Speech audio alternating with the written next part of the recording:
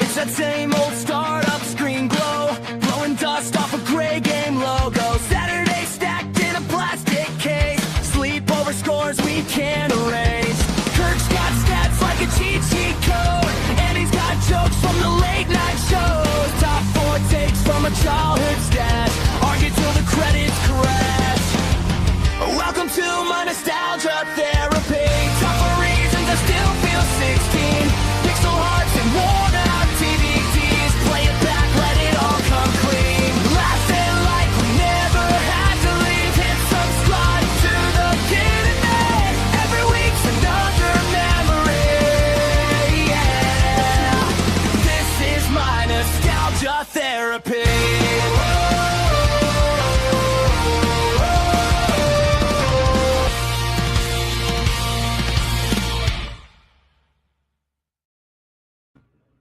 This is the Rushmore Show, where it's all about your top 4 and nothing more. Andy, we are in kind of new places because there's all kinds of things going on. I'm over in Colorado. Oh, you are in your living room or your bedroom or somewhere. But, man, thanks for everybody jumping in. We have a great show for you guys tonight. We are jumping into our video game series. And while we jump into the video game series, we always like to welcome in some new people. And me being in Colorado, I probably didn't do enough of the social media like I usually do.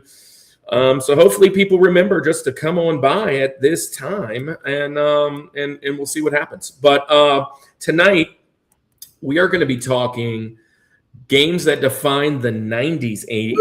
Love the 90s. 90s is like your jam. I'm an 80s guy usually, but I can. 90s was my high school time, and I definitely played a lot of video games in my high school time. So it is what it is, man. I'm here and I'm ready to rock, bro. What's going on for you? yeah, man. I'm excited for tonight. 90s and 2000s, like you said, my wheelhouse of being an elder millennial, I guess now you would consider it, which is weird to say, but no, man. We're in the middle of camp season. We got one more camp to go, which next week we will not be here because you and I will both be at kids camp. We're going to both be at camp. So next week we're off. Next week we are off.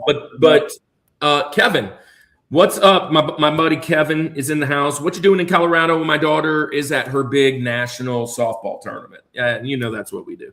So this is a big year for her. It's her junior year. She's trying to get that recruitment thing going on. And, man, some people are starting to show up. Say hello. Tell everybody hello in the chat. And we'll get this thing rocking and rolling. Bryce J. Dub in the house. Bryce, thanks for all you're doing. Siege is a go. And I'll be preaching there for sure. Hopefully, Andy can get a chance to come on by. But we're going to talk Red Dead Redemption at Southeast Gaming Exchange. We'll talk more about that later. Hey, let's get the show into the spot as some of our friends are coming in. We're talking 90s. Well, Andy, you're not ready, I bet. Let me slow down. All right, here we go. 90s. We're talking 90s games that defined the 90s or that generation. We're talking about 90s games. Let's get it.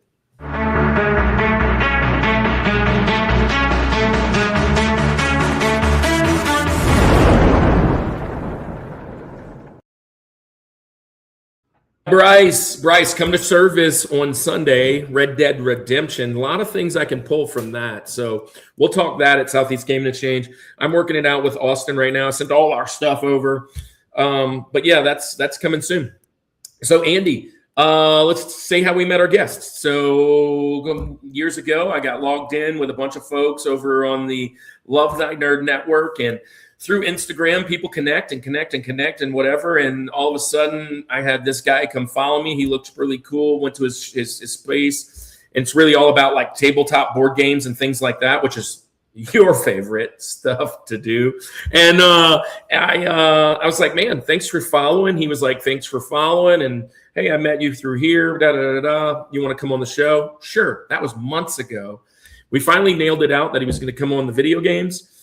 And it's finally here. So I want you guys to meet my guy, Adam. What's up? Good evening to Kirk and Fanny Pack King.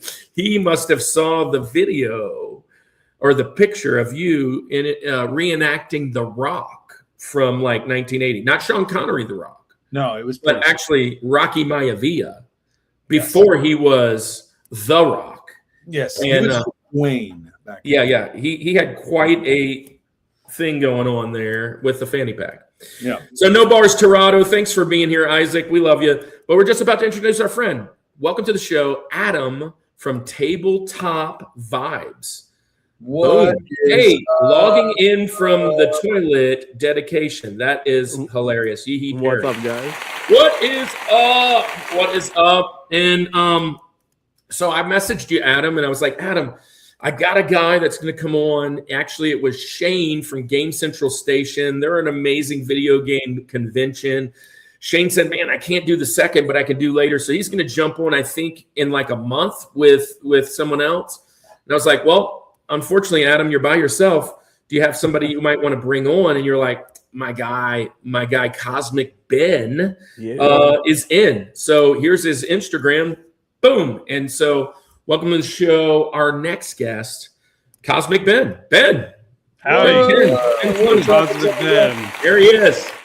So we coin flipped in the back, and Adam, you won the coin flip and you deferred the kick to Cosmic. So he's going to go first. You're going to go second.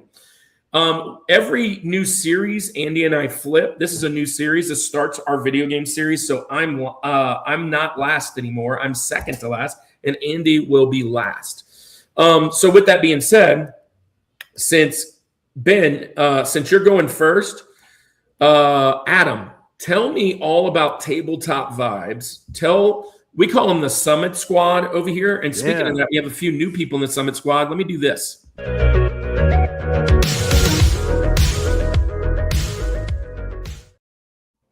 So the Summit Squad is just our groups of friends that come and visit every Thursday night. Come and check us at YouTube, all the things that are scrolling below, Discord, Facebook, blah, blah, blah. If you're a part of that, thank you for being a part of the Summit Squad. Thank you for part of being here.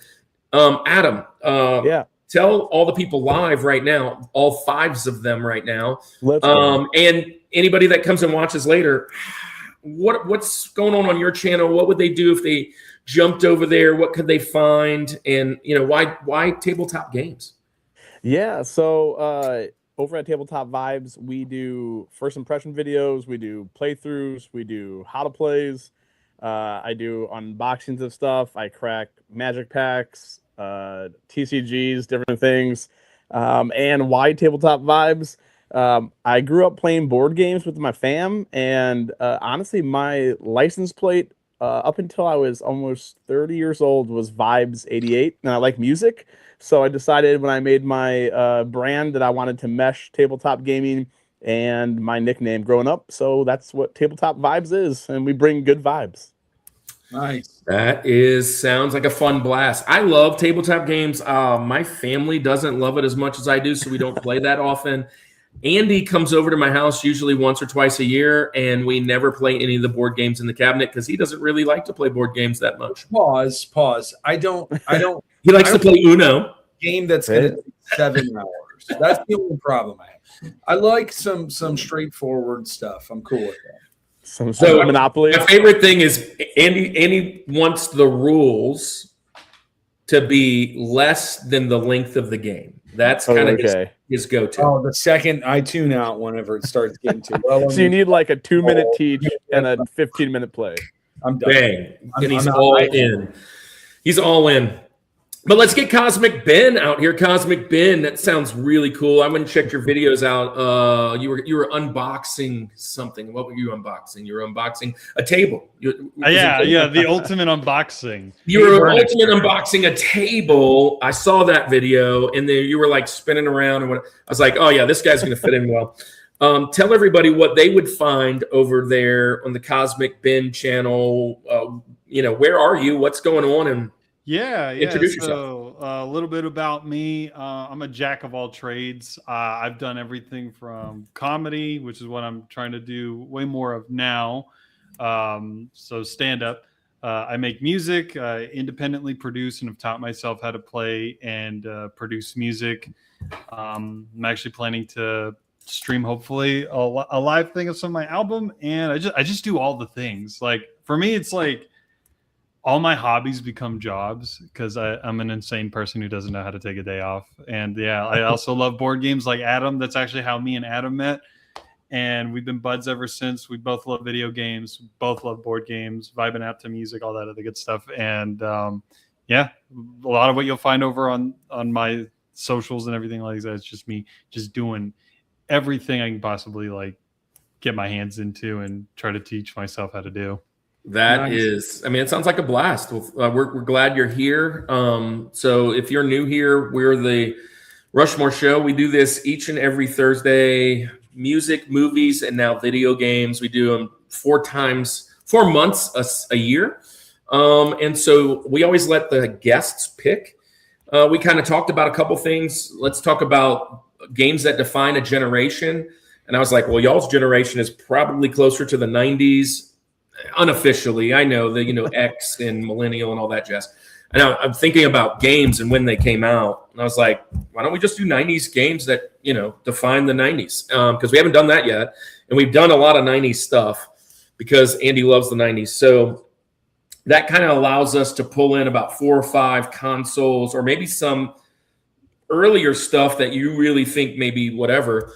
So what we start with, guys, is the criteria. And the criteria is why your list vibes for you and maybe nobody else. So since you're first, Ben, tell us what you were thinking when you built your list, and then you're only going to kind of give us a couple niblets and lead us into your what we call the Rosie, number 4. Ooh, okay. So like with my list, I was just like, all right, 90s. It's got to be kind of hard to look at now. You look at it and it looks just it's giving you cataracts just trying to stare at it, right? Everything's blocky, and yet at the time it looked so real, right? But also core memories, whether it's like, playing by yourself, discovering like, these big, seemingly large games. Realistically, you play them probably in a weekend, or like just getting your buddies together and absolutely testing your friendships to the limits.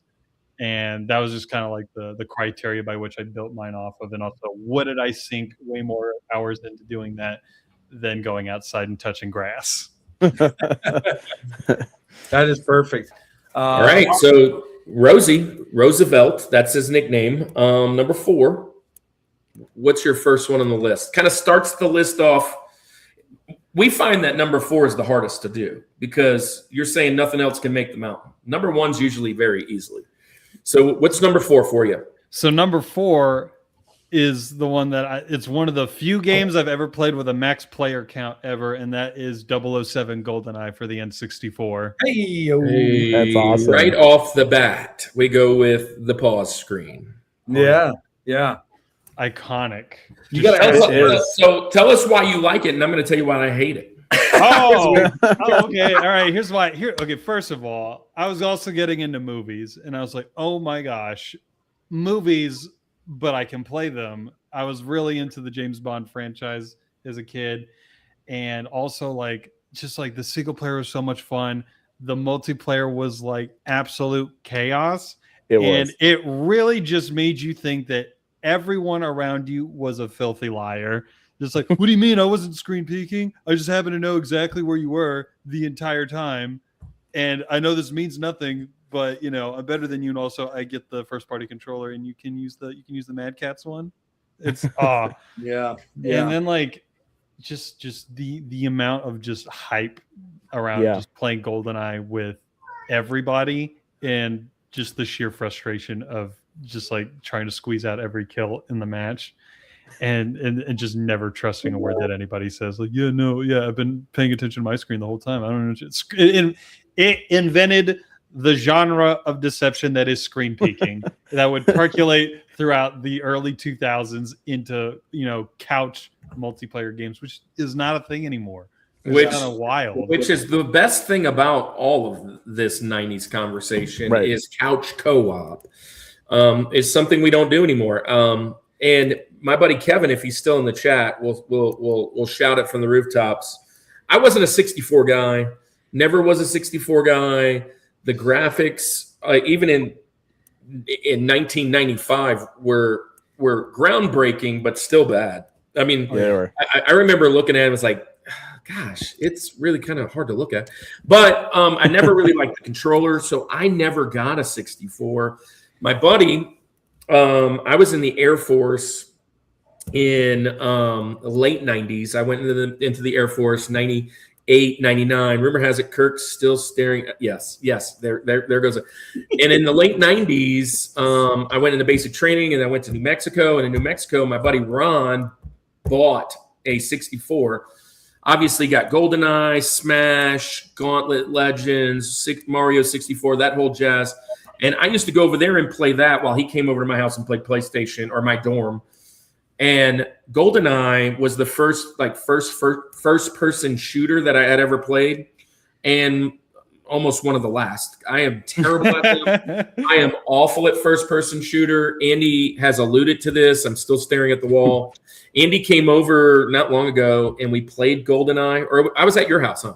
So I was over at his house for a convention. He's the 64 guy.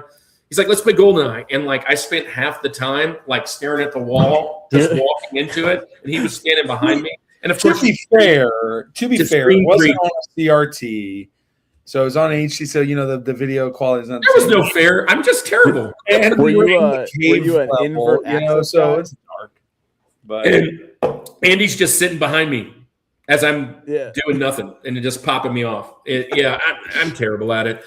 It's iconic game. I'm glad you mentioned it. It's one of the greatest 90s games of all time. It started first-person shooters, basically, the way they are now today. The music, licensed games, 64 games. Good pick. And Pierce Brosnan has never looked blockier. Just an absolute unit. Yeah. So last week we talked spy movies, and we talked a lot about Pierce Brosnan and 007 and GoldenEye. So good pick, man. Good pick. In the sake of time, because I know that we're on some time today, let's just jump into yours, tabletop, Adam, and tell us your criteria first. What were you thinking when you put together the list, and then give us your number 4. Yeah, I mean, so right back in the day, we're all just hanging out. I went outside a lot, but I also played video games a lot. And so my brother and I would be sitting downstairs hanging out. I'd have friends over. We'd be hanging out. And then so my list kind of got built off of, it was really hard to do because kind of like Ben said, you start looking back up all these games and like the stuff that you were like, this is so epic. And you look at it now and you're like, this is so sad that we played this for like 100 hours, right? Like, but just put together the stuff that like just made my 90s years fun. So, all right. Suspense is getting us. Yeah, what is your number 4 on your list? Crazy enough, my number 4 is also GoldenEye. Oh, Andy, are you ready? Because I'll go to it. Hold on. Yeah. Yep. So Rushmore means we match. So let us know about that. Yeah, it's kind of funny because like I was looking at my list. I literally have it. I have it like a bunch of stuff before it scratched off, and then I circled it and I put number 4 next to it. Kind of like Ben was saying, I think the fun part was the chaos aspect. I think my greatest memory of GoldenEye was going and hiding in the bathroom stall, and then you crouch down so that you can't, the radar doesn't work, right? You can't be seen. Someone opens it to go where the golden gun is or whatnot, and then you just shoot them. Yeah. And the only reason why I know that is because it happened to me so many times. And so, yeah, it's just really fun. I think we tried playing it recently at my, older age here. And I had a friend who was literally just running like with the gun in the air, like spinning around. And we were like, dude, what are you, 4? Like, yeah, you must have came over and played with me. Yeah.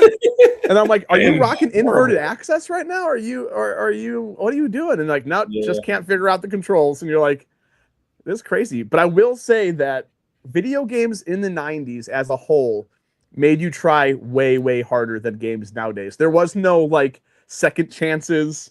There was no like you either completed the thing or you died, and then you had to restart back however far back it was. Yeah. Yeah, Oh my crazy. God. By the Yeah. way, So, I mean, we've already mentioned this. Crushmore right off the bat. I will say this. This was on my honorable mentions today. Nice. And I kind of knew it wasn't going to get mentioned. Sometimes I put some out there for honorable mentions for a chance, but you'll know why in my criteria why I probably picked that one. So, Andy, I know you love this game. But I'll jump into mine since we've already talked a little bit about that. And this is kind of where we can catch up on time. Hey, by the way, if you're in the chat, say hello. There's 7 of you. Make sure you hit the like button before you head out and take the trip with us. Drop in your top 4 as we go. So here we go. My criteria, it's very simple. I took the 4 biggest systems of the generation of the era.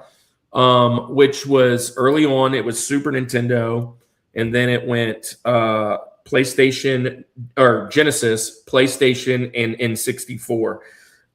Those are the 4 biggest. So if I'm going to define the generation, it has to be games from those 4 consoles. And uniquely, I picked my one that not necessarily my favorite game, but my favorite game that I think represents those consoles the best. That's how I went. So number 4, because it's my least favorite console of the 4. It's Spyro. Not a bad. Spyro's a good pick. It's my least favorite console of all of those. I'm going Nintendo 64, but I'm not going GoldenEye. I don't think for me, I felt GoldenEye was going to get mentioned because it's such a big deal. But for me, the game that we played much more couch co-op was the very first Smash Brothers for Nintendo 64. So That's my a number great 4 pick. is going to be Smash Bros. 64. And I mean, we spent hours in the dorm playing this. Well, playing 64 or PlayStation, whatever. But this one, 4 people playing, right? Very similar couch co-op. A lot of the other airmen and stuff would come over, and we would melee. You know what I'm saying? And then it has spawned a generational of games, and hopefully now some movies. It looks like that potentially might be happening. But seeing all of your Nintendo characters all on one screen was a big deal, and it just keeps growing as a franchise. So. I think something that really defined that generation that has sparked something big is not just playing Mortal Kombat or Street Fighter as a fighting game, but introducing a little bit non-typical, and it was so much fun. So I'm going to go party fighter genre for my number 4. Wait, who is your go-to character? Well, Andy would probably know this, but Link's? If I'm picking a Nintendo game and there's a go-to character, it's always Link. Yeah, let's go. It's always Link. Mine was Yoshi. Now I will pick other guys, but I mean, like if I'm trying to like play and like be really good. For me, Yoshi's my. You're a Yoshi guy. No. Dude, yes, let's go. If I'm going Mario Kart, I'm always Yoshi. But in Smash Bros, don't sleep on Kirby. I love the Kirby. Kirby Yes. when it comes to Smash, just because of how like what you can do as Kirby. But if I was going like straight fighter type, I like Samus. I like Captain Falcon. I like Link. I like the Link pick too. So Samus is good. Star Fox is good. Captain all Falcon fun. was annoying. Yeah. Are you kidding me? Yeah, exactly. You don't want to hear the same sound bite 86 1,000 times. Yeah. There were some good ones there, but I like a Pikachu pick. I'm cool with the Pikachu pick. You got that's kind of what introduced me to Pokemon probably back then. Was Smash. So interesting though, because it was I do say Smash Bros for the 64. Smash Bros has become its own, just enterprise. It's not the best Smash by any stretch. No, and that's what I was as about far to as say. the 90s go. But to this topic, it fits perfectly, I think. Right. It only improved since then. But it was to me, it's one of the best entry-level game of a complete franchise that we've seen out there. You know what I mean? Yeah. Like it still stands good. Hasn't improved, of course, but some games like you're like, that first one not so good, and then it gets good. It's one of the best of those entry level. That'd be a very niche topic to do, but I don't know. The crazy funny thing is, I still don't know what to do when I'm in the ether, like floating around. I still can't figure out what in God's name I'm supposed to be doing.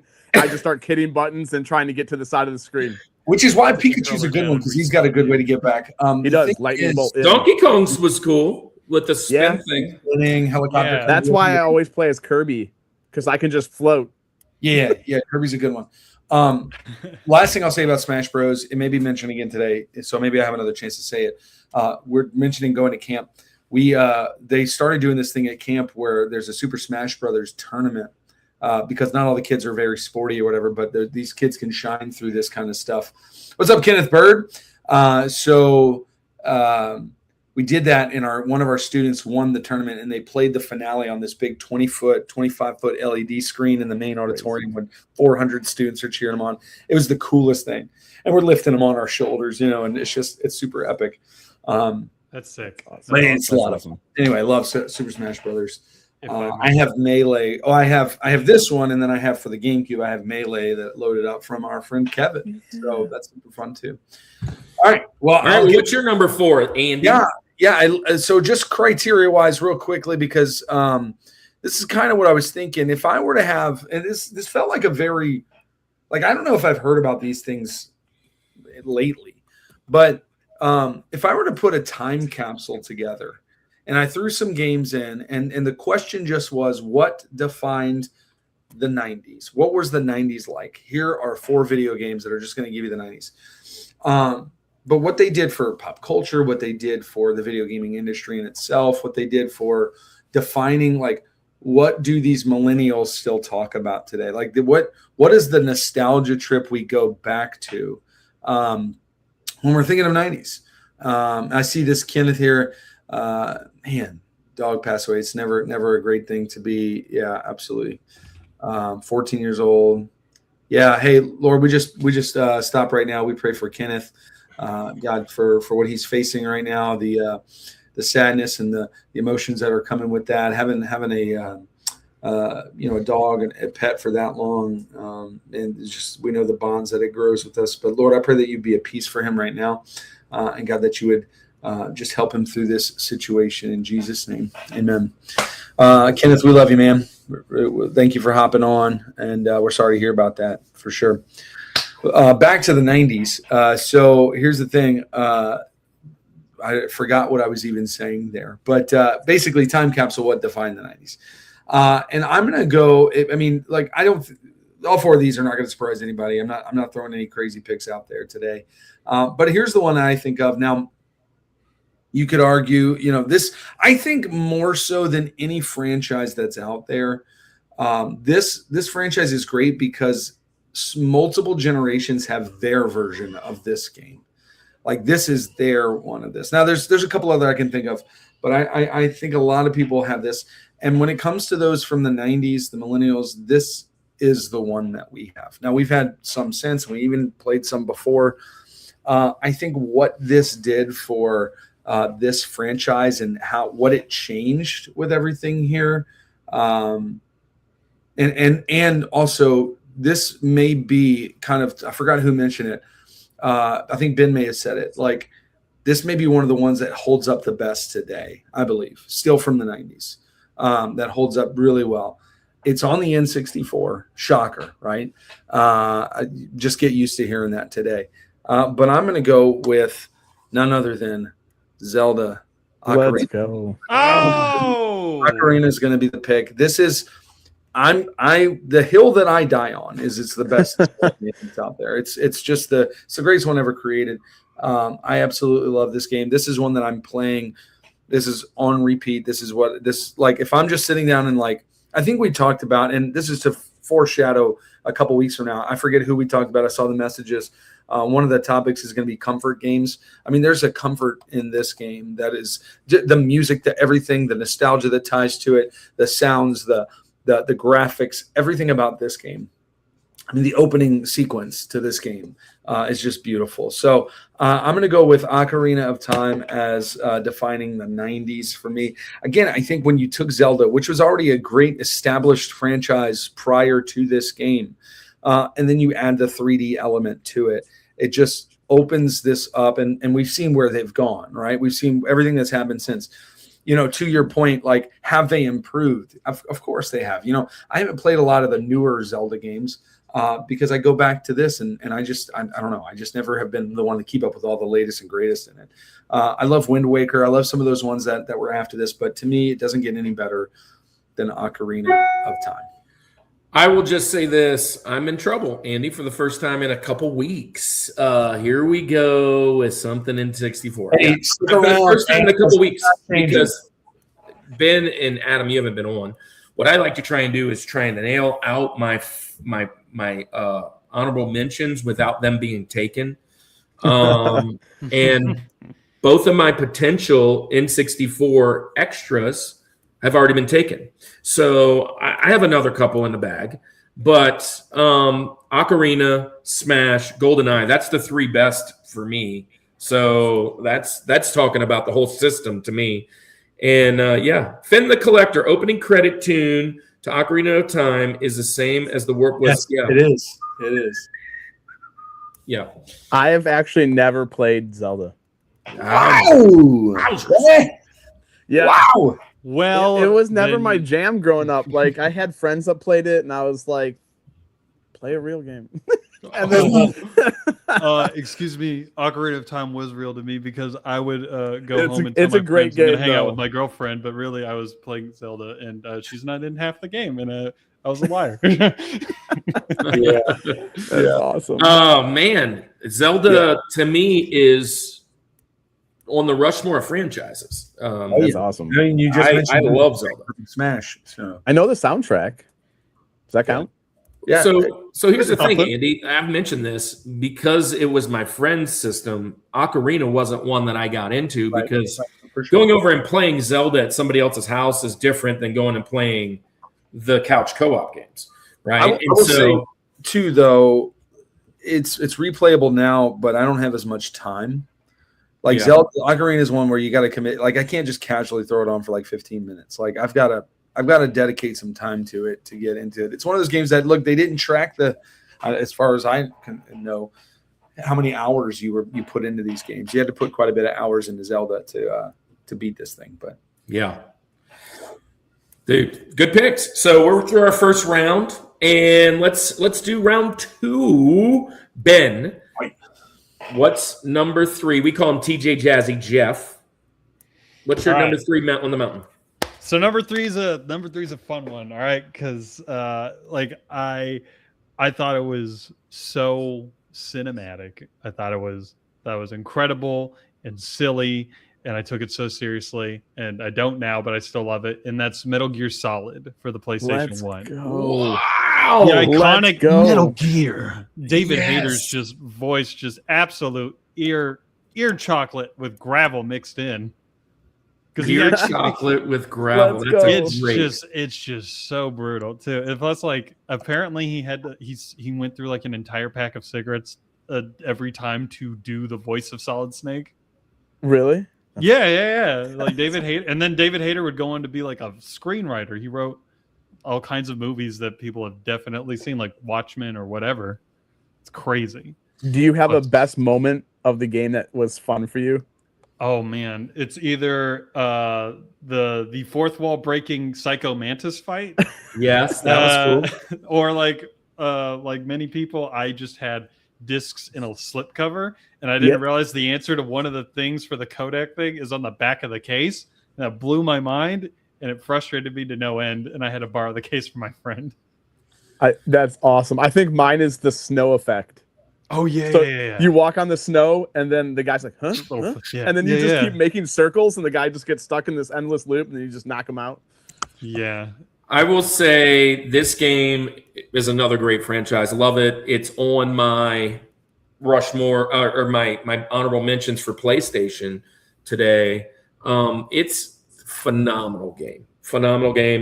When we did Tricks, or not Tricks. It was one of the things we've done, video games. It was either like Tricks or Glitches, or I don't remember. But one of the things I mentioned was that Mantis fight with where he's checking your memory cards and all that stuff. You like to play Castlevania? Yeah, I was like, what is happening here? But I love the whole series. Played through a bunch of them. Thank goodness most of that is third-person shooter, because I like third-person shooter much better. So Metal Gear Solid is one that I've played. It's one that I just didn't quite get into. I think the PlayStation itself, like PS1 specifically, I definitely was PS2. I had the PS1, but at that time I was just spending more of my time on the 64. I had a couple games out there, ones I won't mention now because they may be brought up later, but there's a lot of PS1 games that could make this list of defining the 90s. Because to your point, Ben, are they clunky? Does it not look good anymore? I mean, a lot of PS1, along with the 64, is very angular. Let's just say that. So. But good pick. Great pick. That's It's a a great pick. The franchise of Metal Gear He's Solid. building a great list over there secretly. I mean, that's a pretty good start. GoldenEye, Metal Gear Solid. Kind of see where he's going for the honorable mentions. Adam, what's your TJ Jazzy Jeff? Yeah, so mine was kind of it's really fun because of the kind of the animation. I also love the announcer aspect of it. It got me into sports more because I wasn't really a big sports person. The Bulls I think were actually good at one point. Let's go. Uh-oh. He's on fire. NBA Jam for Yes! Sega. Ooh, He's on fire. Right? Which That's form? more Which form? Arcade? Yeah. Yeah. Like This is a great pick. Good stuff. head-to-head NBA Jam, getting your boost up so you can get on fire and then Bam. dunk in and shatter in the backboard is the most. All right, so you guys asked me who my guy was in Smash, right? I go Link. What's the go-to team, right? Jordan, you mentioned Jordan. Jordan does have a arcade. It's an urban legend type thing that he has an arcade with his face on it. Really? But he didn't get in the official game. Right. What team are you picking? I used to play as the Hornets. Yes! All Yes! the time. Grandmama and Alonzo Mourning or Muggsy Bogues. Muggsy Bogue. Depending on which I always version played you're because on. Muggsy Bogue was in there. Shortest dude in the NBA. The Hornets. I was an Indiana Pacers because Reggie Miller. flawless from three. Reggie Miller. Raining it Patrick down. McCaskill, by the way, we've been praying for Pat McCaskill for a long time. Pat, we love that you're out and getting in a good place right now. We love you, bro. Just let us know what you need. And Owazroom is going to be on in 2 weeks, by the way, with RNG Gamer, 2 phenomenal gamer channels. Waz, you're going to be at Siege? Type in the chat if you're going to be at Siege. It's official. Andy and I are going to be at Siege preaching. So hopefully we get to hang out. And then NBA Jam was a changer. You didn't have, well, you say Sigi, I should say. You didn't have to be an NBA fan to know. No. Yeah, right. SMS fight. I'm all 3 days.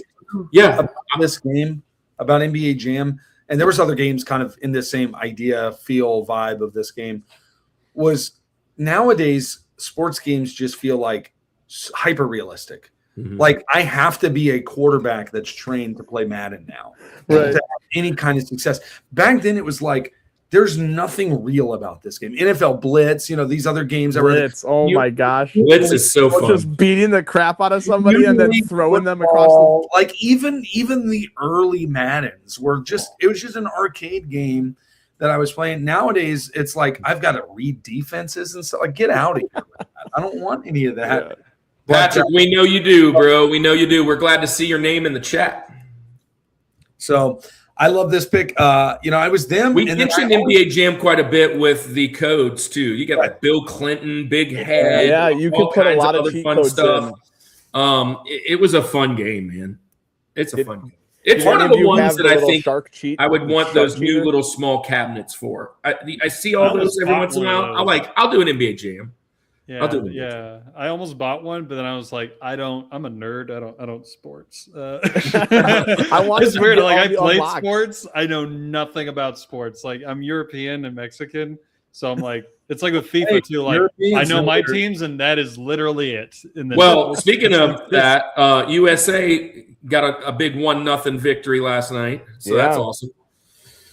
Was Shaq in NBA Jam? I think in the later ones. Yeah, I think it was he, yeah, he was in, for like the Magic. NBA Jam 2 or something. He I was think with he the Magic with Nick Anderson.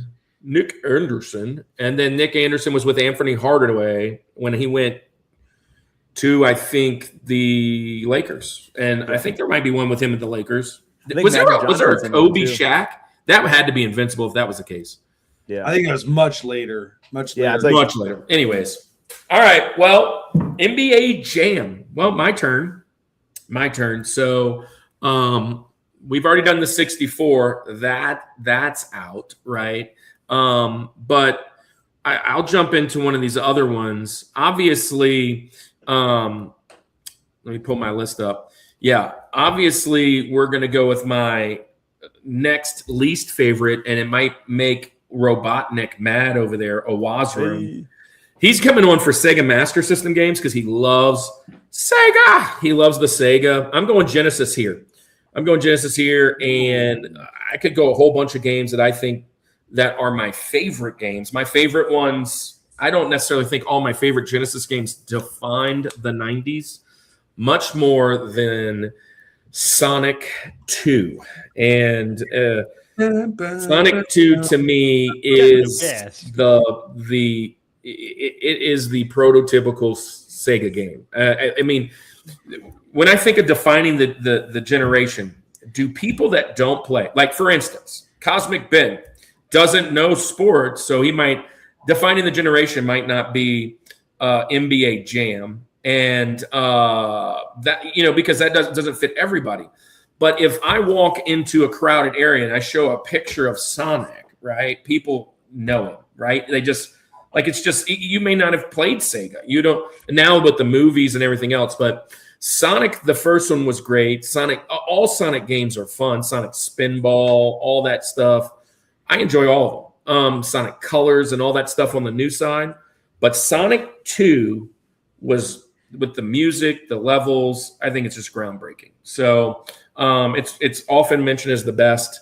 And I'm not even mentioning it there as the best game because I don't know that it even made my top 4 favorite games. But I'm thinking of all the games that define the 90s for the Genesis, it's got to be Sonic 2. Got to be. It's a great pick. It's a great Oh pick. my god, Fantastic Sonic 2 is so pick. much And, fun. and Sonic 2, I think, is the standout of that entire franchise. At least if we're going to talk about defining Right. the 90s. Right.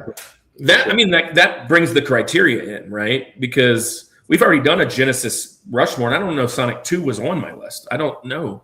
Might have been as a maybe. It's definitely one of the best games of the generation. So I was more of a the Knuckles colors, fan. the music. Nobody always liked the Genesis for the music and the sounds, but I always did. I always loved it. I thought it was just kind of cool. It was different. But My that's first everything. exposure to Obviously, Sonic 2 was Lost. on the Game Gear, actually, because my Game friend Gear. had one. Love Yeah, Game it was Gear, yeah. it was the first backlit handheld console, and I was playing Sonic 2 on Game Gear, and I love the music, and I used to watch the cartoon obsessively, like the new ones that came out after, like the ones with the Julia original White. Sonic Yeah. cartoon was awesome. It was good stuff, man. Mhm. Yeah, I was a Knuckles fan. I was really happy when they brought in Knuckles Yeah. Oh yeah, and Sonic 3. because then I could like get on walls and stuff. Damoose Barbecue says Sonic was the first game I got my wife to play. Hey, Oh, Damoose, I can right. tell you're new Let's around go. here. Maybe you're friends with someone else because you don't have a blue. You're not blue yet. Not blue. So welcome to the show. We call them the Summit Squad.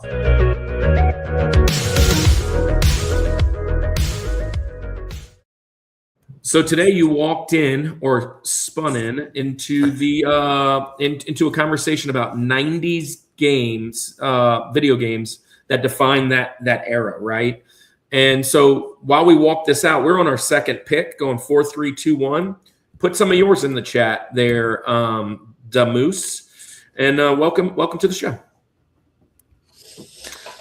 Yeah, what a great pick. Pointing that way. That's a good one. All right, we up? I'm up now. Immediately in my head. You said if I was drowning, the way that I would stop drowning is if I just ate a bubble. That should work. Anyway, kids, don't do that at home. Here is what we're gonna do now. Oh, Rushmore I with think that it's further up on my list, but it'll make sense as we go. Here it is, GoldenEye. I think that this is the ultimate definition of a game that walked so that later ones could run. Yeah, and I agree. I love it so much for that. Is it the most replayable game? For sure not. Is it the most nostalgic game? Absolutely. It's up there when we talk about those. One of the greatest first levels of all time. Another niche topic, Rushmore of level ones in a game. Maybe throw that out there for later. That's very niche. That's when we get to year like 18 and we're trying to figure out what to talk about again. But no, this is a great game. We talked about the soundtrack. We talked about all that kind of stuff that is just so iconic with this one. Andy might go straight 64 tonight. There's a shot. There's a shot at it. There's a shot. Did you have a favorite level? This is where it's at. I think, again, what's really cool, and we've said it every time we talk about this game, is that it's a movie. It's a game based on a movie, but it came out 2 years after the movie. So it wasn't even like simultaneous where they were just kind of cashing in on that. It's an absolutely great game for what they did when they did it. Here's my test for how it defined a generation, and we are still talking about it today. Even the same reasons that we said before, the split screen, the multiplayer. I mean, just these types of things that we had never experienced before in a game. There's so much. Everybody's got nostalgia tied to it. Some people have positive nostalgia, some people negative nostalgia, but it's nostalgia nonetheless. And I absolutely love this game. It really defines it. It's kind of like one of those things, Kirk, where you've seen those reels where it's like sounds only millennials can hear, and it's like they play it for a second, and if you hear like Donkey Kong sound, just a half of a second of this soundtrack, you're immediately intrigued. So I love the game. I think we kind of rag on it a little bit too much for it not holding up. It's not the greatest today, absolutely, but it's still a fun game to play. It is still super, super fun. So, I enjoyed staring at the mountain for half the time. I stuck with it for a while. Stuck in the corner. Only. Yeah, it's a good game. It's definitely a good game. It was on my honorable mentions. So I'm the only one not going to mention it today. So it's going to be a triple Crushmore today, and that one's out. He's out. And we've already talked about everything for the first half. So we're halfway through, guys, of our first round. And Andy, let's do some channel. I don't have any show and tell today because I'm in Colorado.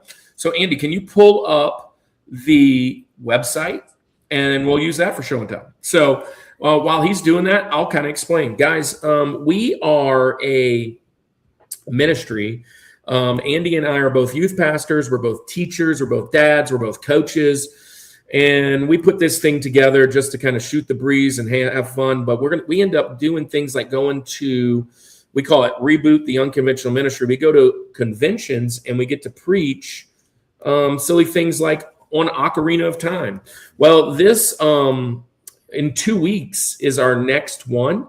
And I'll be at Southeast Gaming Exchange and I'll be preaching on Red Dead Redemption. So that is going to be the parable. Here's Reboot. Here's our webpage. You can go to our webpage at any time and drop a prayer request, and it will get right to us. It will come to us real time, and believe me, we will pray for you guys. If you are a Christian creator, Tabletop, you might actually be in this, by the way, because I met you through Love Thy Nerd. But this is the Coalition of Christian Creators Directory, and it's just a bunch of guys like-minded that like nerdy things and geeky things, but also love Jesus. So there's that. And if you want to see all the amazing, there's like 140 something people in that, and I'm always willing to add more. Go check it out. It's free. You can download it. If you see us at a convention, I'll give you a hard copy at the convention. One of the things I want to show, and Andy, I didn't drop last week's until yesterday, and I dropped this week's right before the show. But Reboot 365 is my 365 journey walk through 365 different games and 365 different scriptures.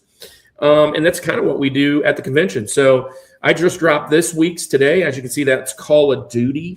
And keep going, Andy. What's the next one? Call of Duty. The one before that is Civilization, I think. Yep. And the one before that is Wind Waker was last week. Oh, Five Nights at Freddy's. If you could preach on Five Nights at Freddy's, you can preach on anything. Which, that was my very first one. You remember that, Andy, at Louisiana RetroCon? Yeah. Anyways, if you want to walk a Devo out with your family, your kids, that's a fun one. Now, Andy is writing one right here.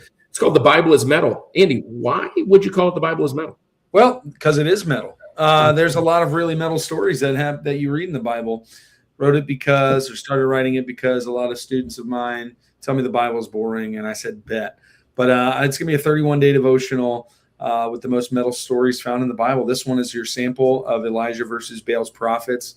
You got the devotional side of it. The opening riff is just my gut reaction, and then the breakdown is kind of the devotional, followed up and finished with some heavy questions that you can use for small groups. You can do for, your own personal study. But go check that out on our webpage.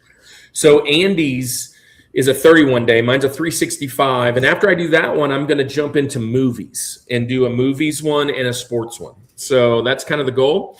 I hope Andy goes to see. We do too. I think he might have to get back early, so he might not be able to be there to preach with me because he's got VBS. And we'll talk about it. We'll talk later, but hopefully he gets to come. If not, he'll definitely be there in spirit. Andy, let's do our three friends. Since Bryce is here, let's share Bryce, member of the week. Let's share Retro Rewind. No, we did him last week, didn't we? Let's share. Let's share Cellcast. Let's share the Cellcast. We haven't shared them in a while. And then let's share our favorite coffee and get back into this. There we go. Check out our friends over at the Cellcast.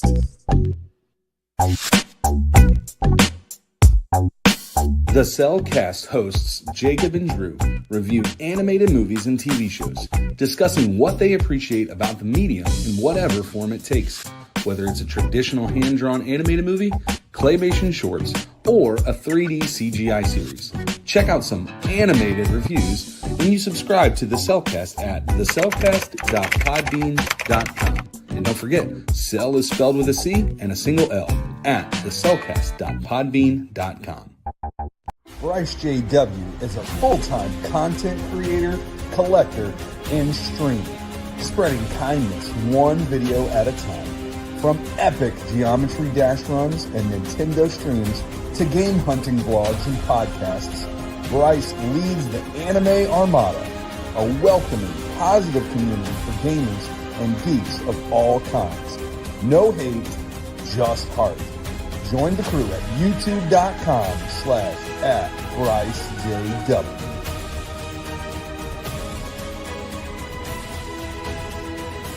Let's face it, at-home coffee can be pretty stale. Coffee at home doesn't have to be boring. The Village Coffee is here to deliver the flavor. The Village Coffee roasts coffee every week and sells online. Go to villagebeans.com to order your coffee today and use discount code Rushmore for free shipping. So, real quick, you want to say something, Andy? I was just going to say, while you're talking about whatever you're talking about, I'm actually about to order some Village Coffee for all of the leaders for Kids Camp next week. So we're perfect. I can't wait to have it. I want the Mexico and I want the Brazil. So whatever those new names are, that's what I'm looking for. By the way, there is a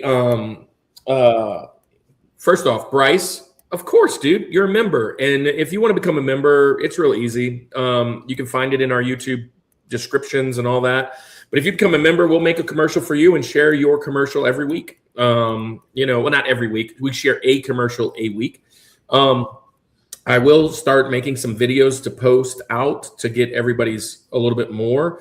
And anybody that's ever been on the show, including these guys, are on our homepage. I've got to add, I think, Cosmic Ben Tabletop. I believe you're already there. But if not, I'll add you. You can go and see every single host we've ever had on our homepage, on the YouTube homepage. With that being said, let's get back into this. Cosmic Ben, you're up. Number 2, your link, second favorite game of the 90s. That defined the generation, at least.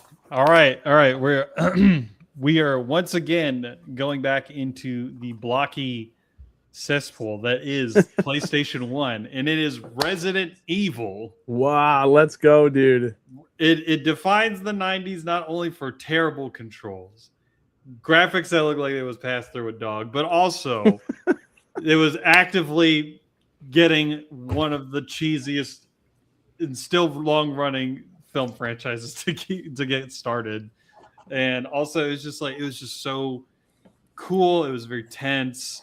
It was scary at the time. Now, not so much. And right. It's just so much fun. And I love Resident Evil, but specifically Resident Evil 2, because Claire Redfield and Leon. I was going to ask, who's your favorite characters? Oh, it's got to be Claire and Leon. Hands, yes, 100%. 10 toes down, standing on business. I love this pick. That's a great pick. I love this franchise, and I applaud. I didn't play much Resident Evil. I applaud seeing it on here. I think I played the first one, and then I kind of just fell off. I had the director's cut for that first one. Those dogs when they jump through, and I remember as a kid being like, "What the heck?"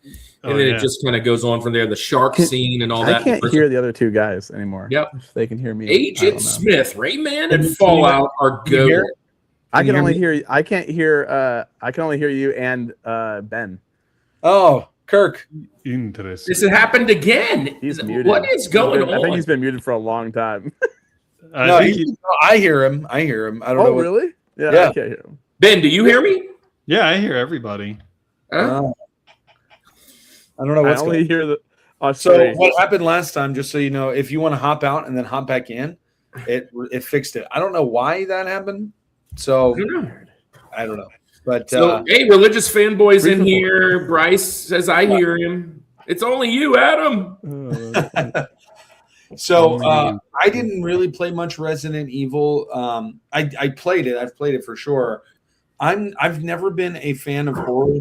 I don't want to play a game and just get scared. Like, it feels like it's defeating the purpose of me sitting down and like relaxing, and not necessarily that every game's relaxing, but that I'm like, it's the antithesis of a comfort game. You know what I mean? And it's a discomfort game is what it is. That would be fun. Some discomfort games. I've got a few of those. I got a big list of discomfort games. As someone who's perpetually uncomfortable at any given point in the day, playing this thing just makes me feel regulated. It's the opposite of just that. Vibrating constantly. Yeah. I love that. That's a good pick, though. I thought about Resident Evil today. Maybe we'll see it later. I don't know. I was playing it in bed right before I went to sleep. Resident Evil 2. No problem. Yeah, Resident Evil. Ben, don't you stream that, or no? Have you not streamed that yet? I haven't streamed it yet. I've been streaming now you can. My SNES Classic Mini that I got. Yeah. So we have a good friend, the Retro Rewind podcast. He has all of those minis, and he streams and tries to beat every single game in the mini. And he's moved on, and he's done the SNES one already. I think he's in the Genesis now, right? I think Andy. Saint-like patience. Yeah. So, all right, Adam, what's your link? Okay, so this one kind of, I would say, revolutionized racing with a wacky, fun take on it. Actually, racing, not racing, you'll see why in a second. I feel like it was a decent adventure game. Kind of goes back to the whole thing of when I was talking about it was unforgiving a lot of times, and you had to be really good at timing wise with your jumps. But my number, what is this? Number Two? two? Link. My number 2 is Crash Bandicoot Woo! for the PlayStation. Wow. Wow. Cool Or game. whatever. And that, yeah, the Ooga Booga guy, right? Ooga booga. Ooga Booga. And you just grab Yeah, it. Aku. Yeah, Aku. Yeah. Aku Aku. Dr. Nitro. Mhm. Yeah. I love this pick because it's like the PlayStation Sonic / Mario. Yeah. I never really owned a Crash Bandicoot game in the 90s, Oh, but I man. played. My nephew, he had a PlayStation, and this was like one of the few games he had over there. So I only played it when I went to his house, and it's a fun game. You know, jumping on the boxes, getting the apples, the Ooga Booga guy. Yeah, you're kind of like Peaches. You're kind of always like going isometrically up. Basically, Yeah. in that first one at least. To the side and up all the time. And it was kind of like you said, unforgiving. There were a couple of jumps that was like, what the? I'm sure I made that, Yeah. but I don't like the way Spock is looking at me right now. He is, right? He's like, what side is he on? Yeah, he's over here. Live long and prosper, my dudes. Yeah. Yeah, can't you're do it. money. I I'll can't say do Being it. logical. With Crash, it's Vader time. That's what I always think of. But It's Veda. with Crash Bandicoot, I feel like and maybe I'm wrong in this, like I feel like it's much more of a cult following than, and it was a big game for sure, but it's like Yeah. when you talk to people who love video games, like Crash always comes up. Yeah. But I don't feel like I see it. Like it's certainly, I mean, do we compare it to a Mario? That's hard to do. But like, you know what I mean? It's not one that's always brought up unless you're talking to video game people. So Yeah, it's true. but I it's a love great game. I love the game. I think it needs more love than what it got. And they made racing. Yeah. It's a good game. Which I I had played the Crash racing Bandicoot one Racing. for Switch. Yeah, I think I played Crash Bandicoot Racing more than I played Crash. Well, that's debatable because I played all the Crash Bandicoots. I even started trying to show my 7-year-old daughter, and then I was like, "Oh wow, I'm about to rage quit because this game is frustrating." Now I remember why this is crazy. Let's just play this Crash Bandicoot, Crash Bandicoot Racing. It's easier, but yeah. Yeah. Great pick, though. Great pick. I love Crash Bandicoot. Way to go. Had to be on there. We're defining the 90s right now for sure. So, Kirk, let's keep it going. Well, Andy, I'm going to define the 90s now. I'll pitch here, maybe, but who knows? It's not today. No. And it could be. It absolutely could be. Because I'm picking that system for sure. And these are my two favorite systems of all time. Well, no. Sorry. PS2 is my favorite system of all time. That's more of the early 2000s. But PS1 and Super Nintendo are the two I have left. And the softball pitch, fellas, you've never been on the show. This one's called Link. And oftentimes this is where we fill in Zelda. You know, Zelda goes here at number 2. But no, not today. Not today. I'm going to go with the Dream Team. Right. And for those guys that love RPGs, you probably know this where I'm going. I did Super Nintendo top 4, and it wasn't in my top 4 mainly because it just wasn't a game I played a ton. But when you talk about defining a generation, I've played it plenty times since. It's probably the greatest, if not one of the greatest RPGs of all time. And it's because it brings together guys from Final Fantasy, Dragon Quest, Dragon Ball. It brings all kinds of folks in, and they made Chrono Trigger. So Chrono Trigger for the Super Nintendo, time travel. You play as Chrono, a teenage boy, and he goes back in time. The story is just intense. It's wonderful. If you're an RPG guy, which Andy is not, so he's going to totally be out the door on this one. But I got to look up this. What is it? What is the Chrono Trigger? So I can't remember what it looks go like. all the way back 65 million BC, all the way until the end of times, the end of days. Wait, you are out of town, Kirk. Yes, I am out of town. I'm actually in Colorado, Bryce. But yeah, you go all over the place. Essentially, it's a Squaresoft game, which is what made Final Fantasies, which made many of the big RPGs, and Chrono Trigger was it, man. It's widely considered. It's in the running for greatest of all time RPG. So There you go. So good. I'm going This- with the one that kind of changed it all, Chrono This Trigger. cover doesn't do anything for what it is.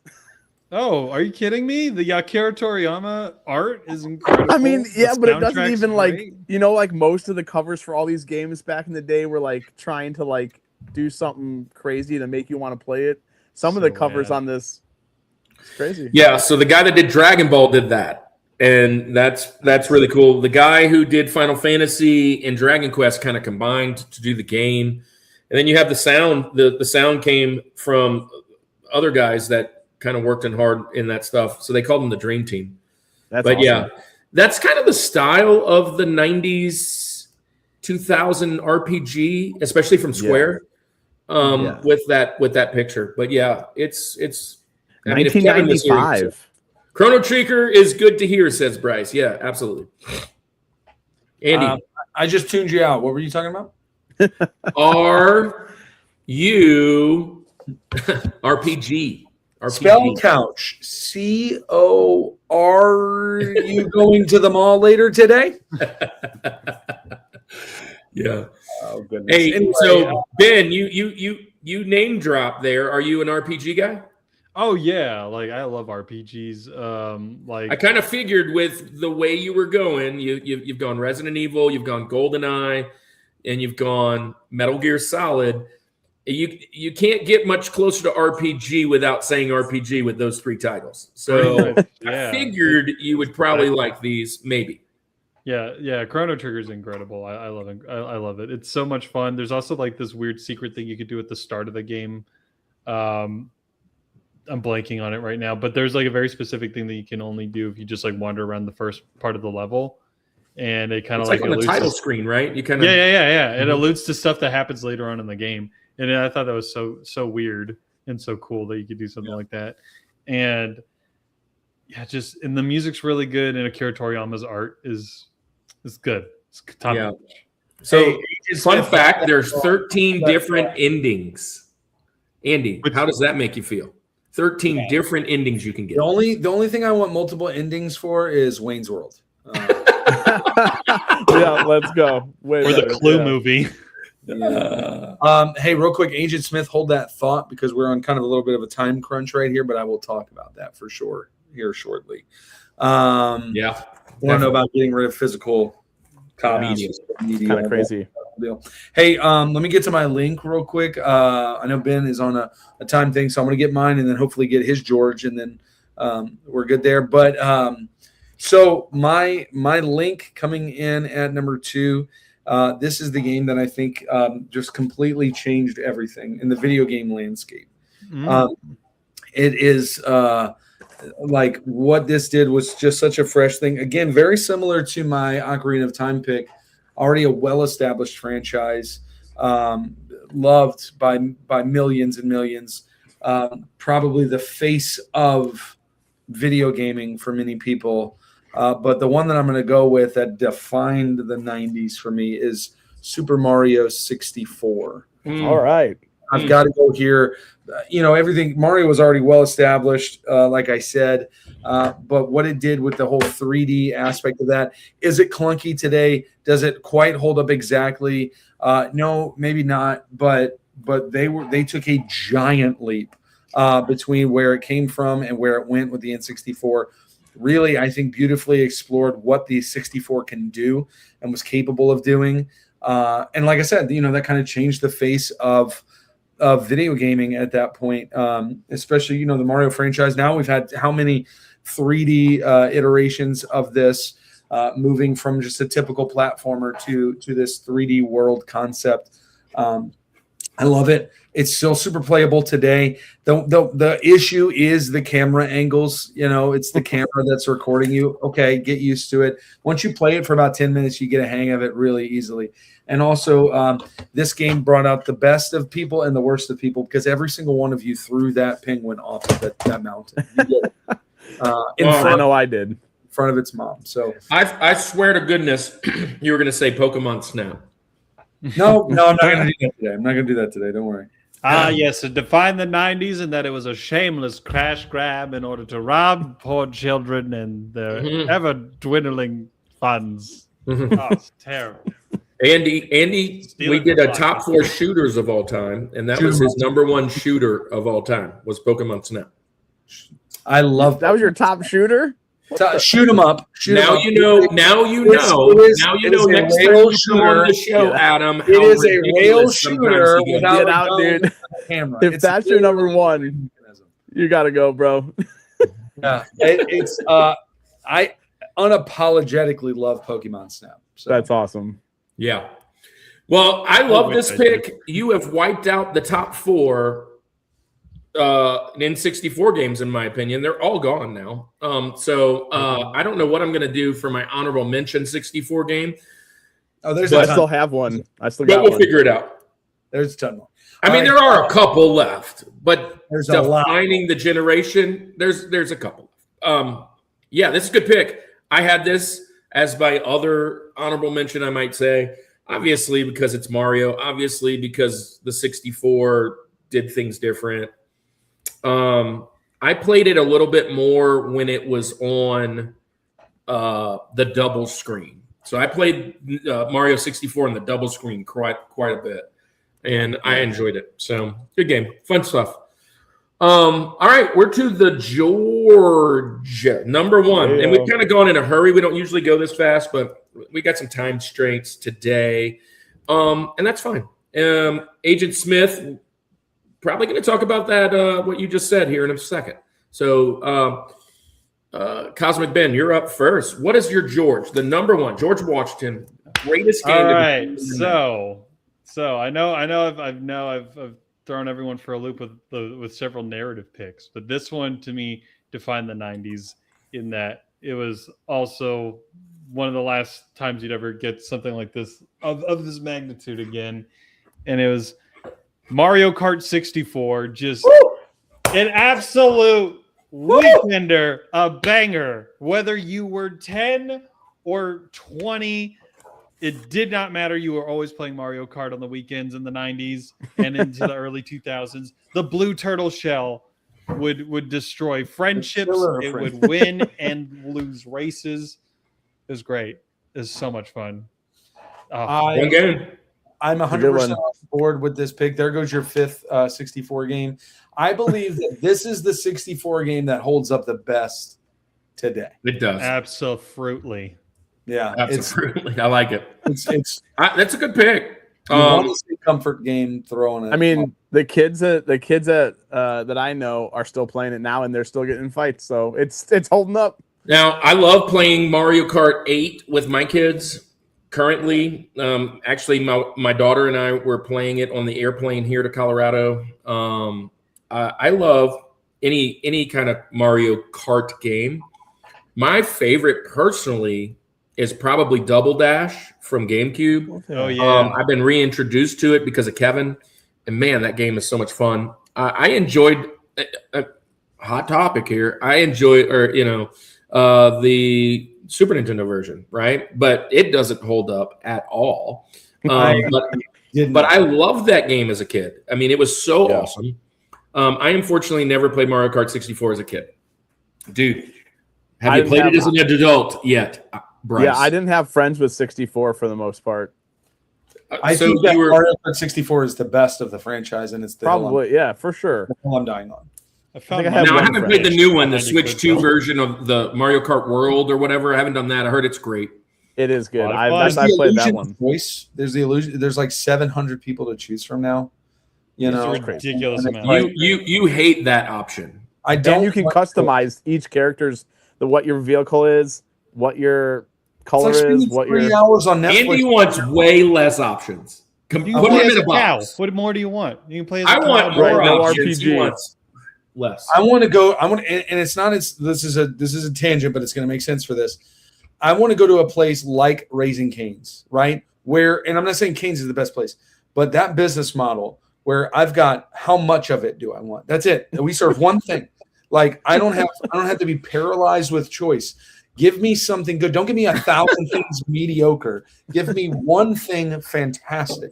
And Hey, let's talk about our buddy Quentin. He's here, and he says my top 4 are Tekken 3, Rampage 2, Universal. WCW Nitro, which is a banger. Let's And go. Dragon Ball Z Ultimate Battle 22. Man. Those have not even been mentioned today. Let's One go. of those. So Well, Quentin always comes off with some left love field it. stuff. I love that. I love the Nitro pick. I can give you my George. Yes. Quentin, here we go, buddy. So my number one, my George, is I think it like had a good run. I think it's still happening today in tournament style. I can't hold any weight to that anymore these days, but it was a great, cool fighting game. It rivaled other fighting games that were out there like Street Fighter and things like that, and I'm gonna go with Tekken. Nice. Yes. On time. Literally Definitely a 90s shaped pick my for life. sure. Tekken Tag was the best Tekken they made, only for the sure aspect that you can play a bunch of different characters and you can pick a bunch of different characters and play 8 straight battles in a row, and you can do it random. You can pick your favorites. Tekken Tag.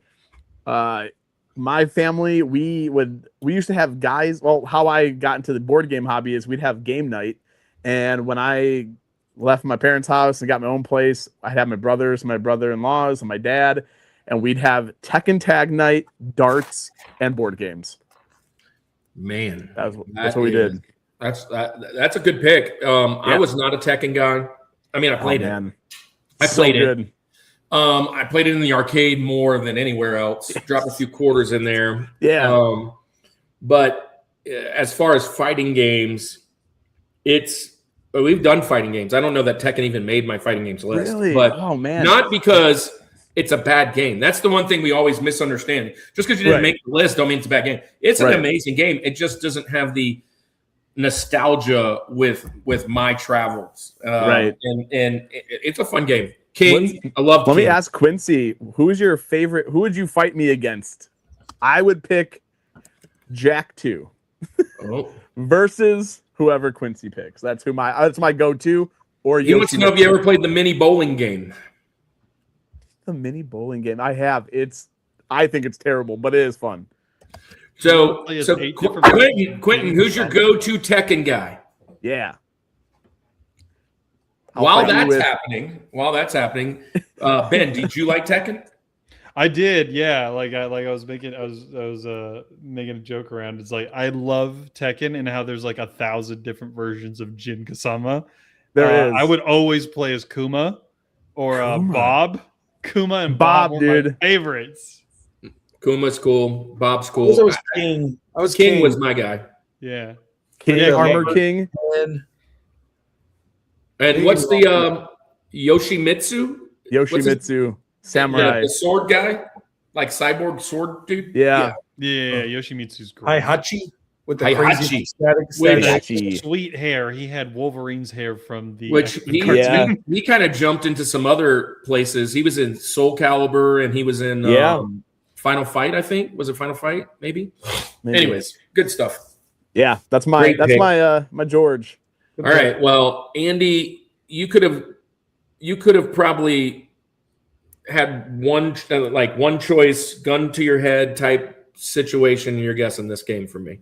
Yep. So my number one, it's my favorite franchise of all time. Kind of already mentioned it a little bit, but I'm going PlayStation and I'm going Final Fantasy VII. And it is thank God to me. I know, to that's me- where I was at. I was like, I hope someone says it. To me, it's what I did in the 90s. In the 90s, my high school years, if I wasn't playing baseball or like trying to find a way to get in trouble, if I was sitting at home doing nothing, I was grinding this game. Talk about defining the 90s for me. I mean, I have so many moments thinking about this game. I haven't played any of the remaster stuff just because I haven't purchased it. Reason being, like Andy said, today my time is much, much less that I get an opportunity to play games. And so sometimes I'll pick the game up and I want to buy it. And I'm like, okay, $60. Am I going to get $60 worth out of this? Because usually I buy games now and they just get on the shelf. I wish I had more time. I wish you had more time. But I wish I had more time to play games like that. I love RPGs. Final Fantasy VII isn't the one that started it for me. Final Fantasy 1 for Nintendo is what started it for me. But Final Fantasy VII, just mind blowing. 3 discs, all the action sequences, everything that Andy hates about RPG started there. And I love almost every iteration of Final Fantasy. Anything Square puts out, I love it. But if you're a role playing guy, I am. I think this defines the 90s for me the best. Best your favorite character? Excuse me? What was your favorite character? You had one person to pick?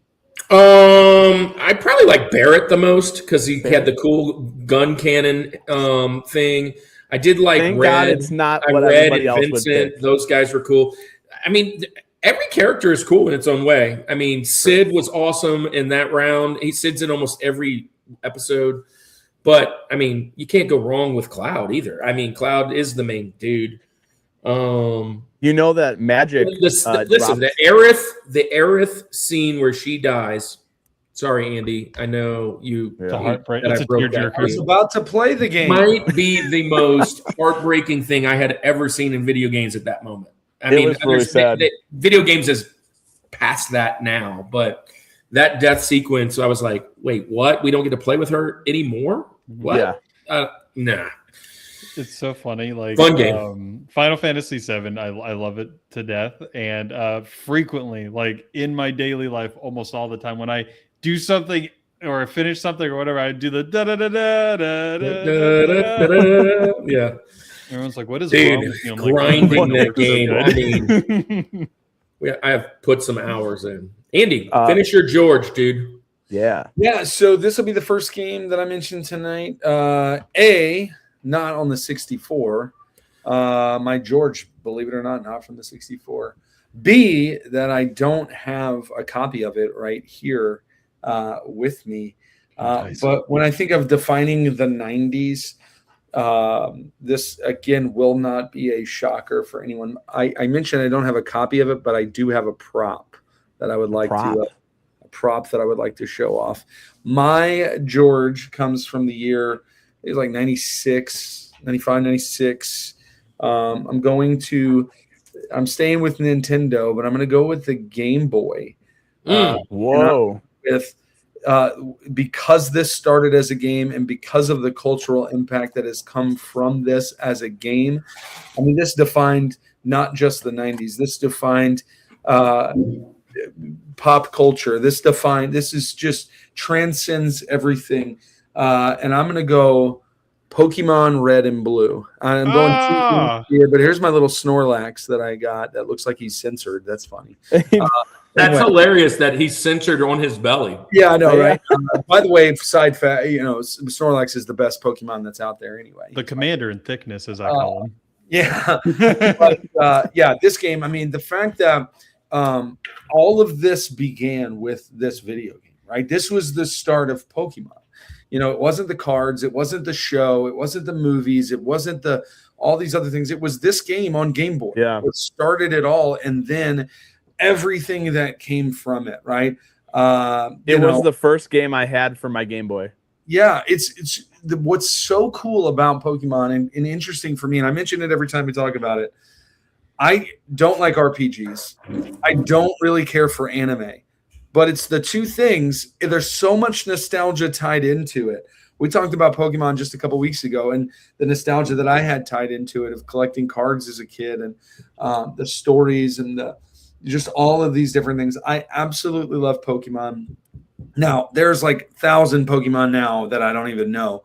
I'm sticking to the 151 to start this off. But I mean, the show Coming Home, right? But it all, again, goes back to this game. I can't tell you how many countless hours I put on the Game Boy playing Pokemon Red, Yellow, but ultimately Yellow and just all of that. I absolutely adore this game. I love it so much. Is it a turn-based RPG? Absolutely it is. But if you go back to our episode, we did an episode on RPGs, and I hate RPGs, and I went Pokemon, right?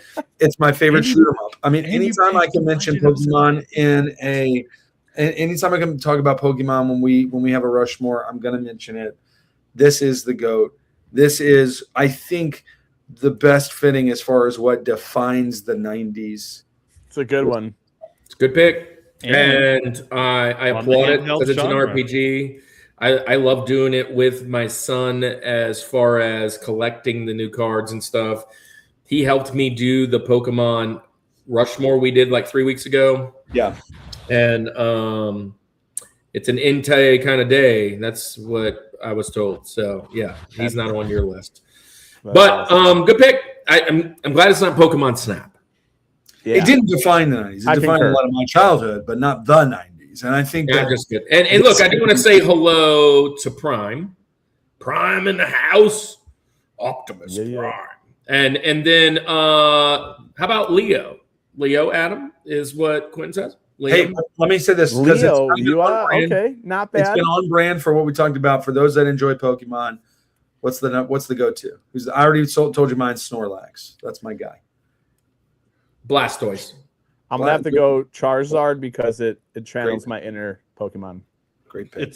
It's Snorlax for me, but I have like a mini Rushmore of Pokemon, which is Snorlax, Psyduck, Squirtle, Farfetch just because he's funny looking, and Dragonite because he has a little. So a lot of those don't normally get mentioned on people's, but I love that. The Psyduck pick was fun. Psyduck is nerds. I designed a tattoo of Psyduck on a therapist chair with a headache. Are you really? Yeah, That's I'm gonna get it.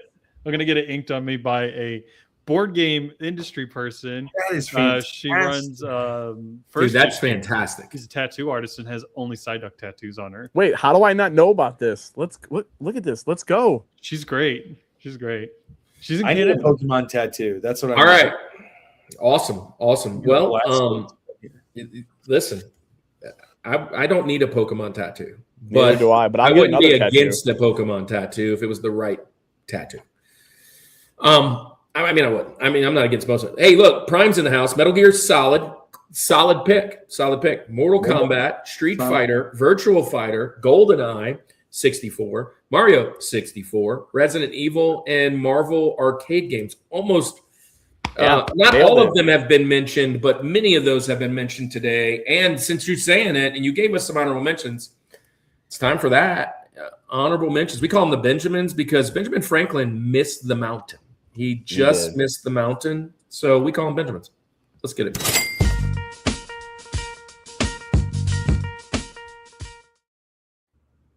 Now, Ben, you hanging around? Yeah, I got a few extra minutes. Hanging around. Anyways, listen, we're enjoying having you, and so we call them the Benjamins, honorable mentions. Here's how it goes. Ben, you're going to go first. And then Adam, and then me, and then Andy. But then in the second round, it's Andy, me, Adam, Ben. And then Ben, Adam, me, Andy, Andy, me, Adam, Ben. So, Ben, you get the first pick and you get the last pick. That's kind of our gift to you for starting off the show. Right. Andy will get back-to-back picks on the bookend. Now, here's the catch.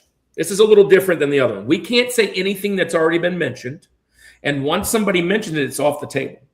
So now that you've heard our votes and kind of where we live, you kind of know what you want to take first because Adam might take it or I might take it or Andy gets 2 picks, right? And so I'm like, man, I got to, before I get my next pick, Andy gets 2.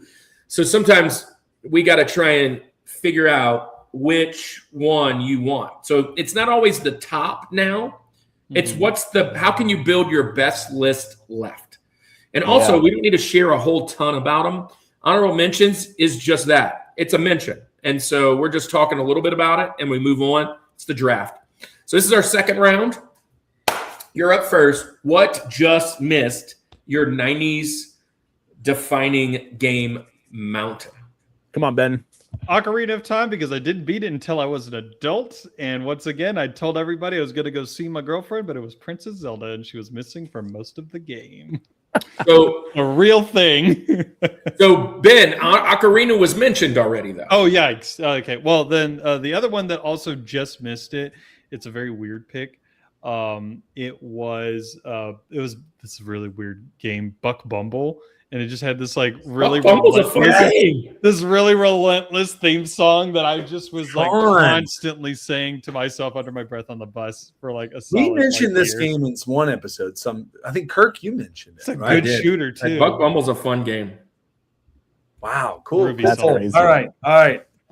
Adam, we're to you. What missed your mountain? All right. So this one, I feel like really should be on someone's mountain. I thought it was going to be on someone's mountain, but Lara Croft, Yeah, Good. Tomb Raider. Yeah, good pick. Tomb Raider. Nice pick. Iconic. Hey, look, that is a Iconic, great had pick. a lot of different crazy styles. I but- remember just being a prepubescent boy wanting to play, Lara Croft. Yeah, everybody. Anyways, that was one of those first games where like, wait, you could play as a girl, and what is she wearing? Oh, Right. Look at the graphics. That's weird. Yeah. Good pick. All right, so Andy, I'm up before you, and I got to get my 64 pick in before you take it. So there's a couple here, but when I talk about groundbreaking, 90s defying, what's left here? I think I have to go Star Fox 64. Good pick. Very good pick. Nice. You know, the 3D elements that brought Star Fox in. And I mean, you already guys mentioned all the ones I would have mentioned. With what's left, I got to go Star Fox 64. Super replayable because you can get it done. Now you can do a lot in it, but you can Branching pathways. finish it in like an hour. Yeah. The whole game. Not the whole, Yeah. like Oh, one okay. track through. Now there's all kinds of side things, but you can beat Andros in an hour, basically. Which you did not long back, right? Yeah, it was. You can run through it. You got to sit down and commit some time, but I mean, And you fight a different version of Andros depending on how your pathway leads you to the end For of the sure. game. yeah. Pretty So cool. And the new you one can do just came one out. version really quickly. Really Yeah, I would love to play that new one. And I heard somebody posted a thing. It showed a picture of it, full game run YouTube play, and it was like an hour and 30 minutes. And I like the comments were like, how are we still just putting an hour and 30-minute games out? And I was thinking to myself, man, Andy would be like, gosh, it's an hour and 30 minutes. I was thinking complete opposite. Yeah. Anyways, Andy, you get 2 picks. Yeah. I'm kind of somewhat slightly changing track in my Benjamins. These are more so games that just define my 90s.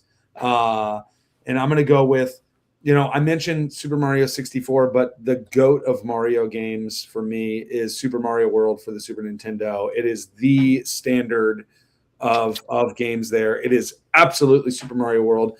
Getting Yoshi, getting to play as Luigi and Mario, that animation, the soundtrack, everything about it is absolutely beautiful and the most replayable game from retro times. It's a good one. Love that game. And then for me, just personally, my favorite game of the 90s, my favorite game growing up, Kirk, you could probably guess this one. I'm going with Donkey Kong Country for the Super Nintendo. Yes, let's go. I love Donkey You Kong. went back-to-back SNES. I like it. I love the SNES. In fact, when I put my kids to sleep, I'm probably going to play some Donkey Kong Country. So. Heck yeah. And That's what great. I love about that, you went back-to-back SNES, and you left the best of the SNES left. And I'm going with my next pick, which was the softball pitch couple. I'm going with Link to the Past. Ooh. Zelda Link to the Past is, listen, it's king. It is king as far as I go with games in Super Nintendo world. I loved playing this game. I still play it quite a bit. And I'm glad I was able to nab that. So now all I have is Genesis and PlayStation left. And Nice. that kind of might curb the way you guys are drafting here now. But Adam, what's your next one? Yeah, I don't think this was like a game changer for the 90s generation, but for me, for me, it was the first dinosaur game I ever played. And so for 64, it's Turok. Yes! Weird controls. Now the 64 Crazy, hard as heck game to That play. game's hard. Like crazy hard. I don't even think I made it past level 3. I don't even know. Like, And those I don't know. dinosaurs It was, you but out. it was cool because there was dinosaurs and you could shoot them. Yeah. And you got to use dinosaurs come up quite a bit on the show, So, especially when we're in video games and movies. It's just the type of people we have on the outlet. And I love Turok's been dinosaurs. mentioned quite a few times. Good Hey, pick. Turok, I think it's Turok 2 or 3 is really good. Is it? I see. I never got past. I got to check it out now. Now, and in Turok 1, it's laid the foundation for everything, but it got way better. Yeah, that's awesome. It's 2 or So 3. Ben, you get back-to-back picks. Now, thank Adam's God. next to draft. If you know something that Adam's kind of sleeping on, you might want to grab it. All right, so my back-to-back picks, I'm gonna do them kind of rapidly. So one of them is gonna be a weird pick, but it defined my 90s in that I was obsessed with this particular franchise, and that is Star Wars: Shadows of the Empire. Yes. Wow, let's And go. all of these like the books and other media around it, I was obsessed with it, and that game was so much fun. I You still got to love play Star as Wars. not Han Solo, and you got to do the run of Hoth. I loved wrapping the snowspeeder around the AT-ATs. Yes. Those good times. And the other pick I have, and thank goodness I get two of them, is Pokemon Stadium. All of them. Excellent games. Well done. You had the carnival. You had the rock, paper, scissors of playing against your buddy in their Pokemon lineup. It's so good. I think it was it that game where it was there was like the little mini game that you were in a sushi restaurant or something? Yes. Yeah, yes, I that was love that. specifically- I love it. Which, Yeah. talking about physical media, what's his name said something about physical media, and PlayStation kind of nixed it today, talking about at the end of next year they're done. Which, I mean, as a collector now, I really see it. I don't really care that the new stuff is done. I don't really play a lot of the new stuff anymore. I play the old stuff. Yeah. But I mean, we knew that's where it was going, right? I mean, look at CDs, look at records. It's kind of how DVDs. Nobody really buys that stuff new anymore for something brand new, right? That's just Right. not what we do. So you just download it's it what I right to the expected. device. But the reason I brought that up, right? He said Pokemon Stadium. That's one of the highest paying games if you want a hard copy of it, especially in good condition. You got to pay pretty pennies for it. Mm-hmm. I got have both of them. 64 here, but it wasn't like complete in box and that whole deal. It wasn't that kind of stuff. It was just a loose cart, and it was still one of my more expensive ones. Oh yeah. Good pick. Yeah, I got Adam, where are both you of them. going? Good. Yeah, so I had a couple teetering on outside of the 90s, but I decided to bring it back to the 90s. And then I'll throw out my 2000 pick randomly here. But my follow-up 90s here again, I think it was, and maybe it was just to my friends, but horror-ish theme, zombies, Dead or Alive. Zombies Dead or Alive. So Obscure like it had a pick. big crazy hand, right? Yeah. It was like creepy as heck. DOA, They had like When you first said it, I thought you were going Zombies Ate My Neighbors. I thought so too. yeah, that's a good one too. Super Nintendo game. Yeah, that's a fantastic game. But Dead or Alive was pretty fun. I think Alive. what brought it in for us is that you could play multiple people because we used to landline stuff and play and hook up a bunch of Xboxes. I'm pretty sure it can play more than 4. But that was always really fun, and it was kind of creepy. You got the kid crying somewhere in there in the dark, and then it would just attack you or whatever. Like all your friends and you would be sitting on the couch together, just like trying not to like who's gonna jump first, right? So Awesome. All right, well, it's my turn. I will jump in and do Genesis. I'll do the Genesis. And it's been mentioned a couple times in relation to some other games mentioned today. But when I think of the Genesis and I think of fighting games, I'm going with the original Mortal Kombat, Blood, Code, the whole nine. Playing in the arcade was, dude, I worked at KB Toys back then in high school. And Did you really? stuffed That's quarters in Great it. toy store. Man, I put tons of quarters in there in high school. But yeah, having the Blood Code and doing all that was just, it was it. So Scorpion was my guy. Who's by your the way. favorite character? Scorpion. Scorpion. Nice. Yep. Sub-Zero probably two. I love the idea of Kano. Now, but each now sub MK3, it's Cabal. Cabal. Cabal, Yes, yeah. Cabal. I liked Kenshi Yeah. later on. Yeah. It's very Keanu. Like Qui-Gon Jinn trilogy. Just All right, back-to-back picks real quick. So you went MK. I was holding on to MK or this next one. I was going to go one way or the other, depending on where you went. So let's just do it. I'm going to go Street Fighter 2. Yep. That's the other one that we had. Blanca. Had a lot of Blanca's the guy. I always like to play as Vega for whatever reason. Kind of reminded me of Wolverine. It was kind of that whole So in order to play Vega, you would have to do like the Street Fighter 2 Champion Tournament, Fast, Hyper. There's like 7,000 versions of edition. 2. So, but I do love that game, Street Fighter 2. A lot of great memories with that one. And then for my last pick, again, because this is where I'm gonna throw my obscure one that I have to talk about anytime I talk about 90s video games. This is one to define my 90s. May not define many people's 90s, but for sure for me, I'm gonna go with the Sega Genesis. And I'm going to Rocket Knight Adventures. I love this game. I know you love that game. Super awesome platformer. Andy, you should pick that game up just to have it. I need a Genesis. That's the problem. No, just to have the game in the background. Reissue. You talk about it so much. Put it on the wall. I love Rocket Knight Adventures so much.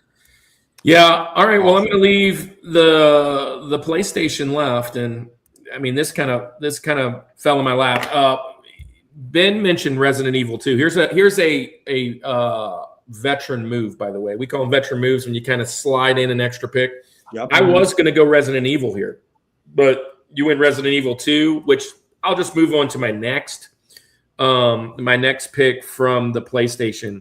And I think it's the greatest Castlevania game of all time, Symphony of the Night. Yeah. And I can play the theme on the guitar. The Bloody Tears. The music, the game, awesome. It started Metroidvania, that whole thing. I mean, Metroid started it, obviously, and then the old Castlevania games, but this is the one that kind of did it, and everybody kind of jumped on.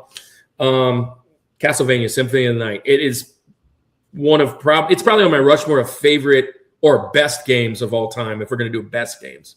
So that's going to be mine, what was left since you took Resident Evil 2, and I'll avoid Resident Evil 1. Symphony of the Night is the greatest game of all time. Also, Kevin's still hanging around. Symphony of Destruction by Megadeth is one of the greatest songs of all time.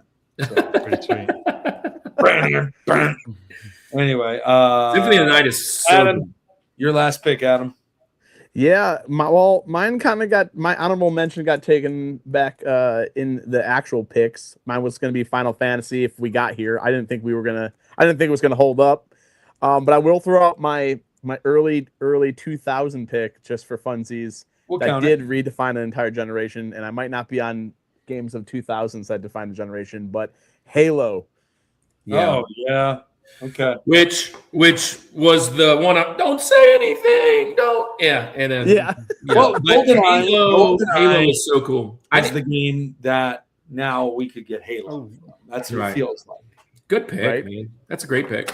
I mean, I waited outside my local GameStop at 10 o'clock at night to get it before advanced copy, and then my buddy and I played it all night long until the morning. We fell asleep. My brother woke up some point in the middle of the morning after we went to sleep. He thought he was starting from the beginning. He played the last level and beat the game for us. And when we woke up, he had already beaten it, and he was confused to why there was only one level left. And we were like, "You're the worst." And we started back over. So yeah. Yeah. So Prime says first Metroidvania was Vampire Killer, the Castlevania #1 for MSX in Japan. Correct, but on our side of the world, not everybody got to play that. So this is the one that kind of introduced everybody to me. But you're right. Vampire Killer is a cool game too, which I actually have played that game. So, all right, Ben, finish off this second round. All right. What's left? So I'm going to fire off this one, and then I'm going to have to unfortunately go. Yeah. But my last pick is going to be actually Castlevania 4. I love Castlevania 4. I love swinging the whip around. The music's iconic. I love Vampire Killer. and Tears of Blood and all those songs. Castlevania 4 was on my Super Nintendo Rushmore. I love it. The music, gosh, so good. And the the music animation in that game is groundbreaking to me. You talk about music games, Castlevania games have to be there for sure. Yeah. Because we're talking about that. This is a good pick. I love where we went today. That Mode 7 animation, 3D animation.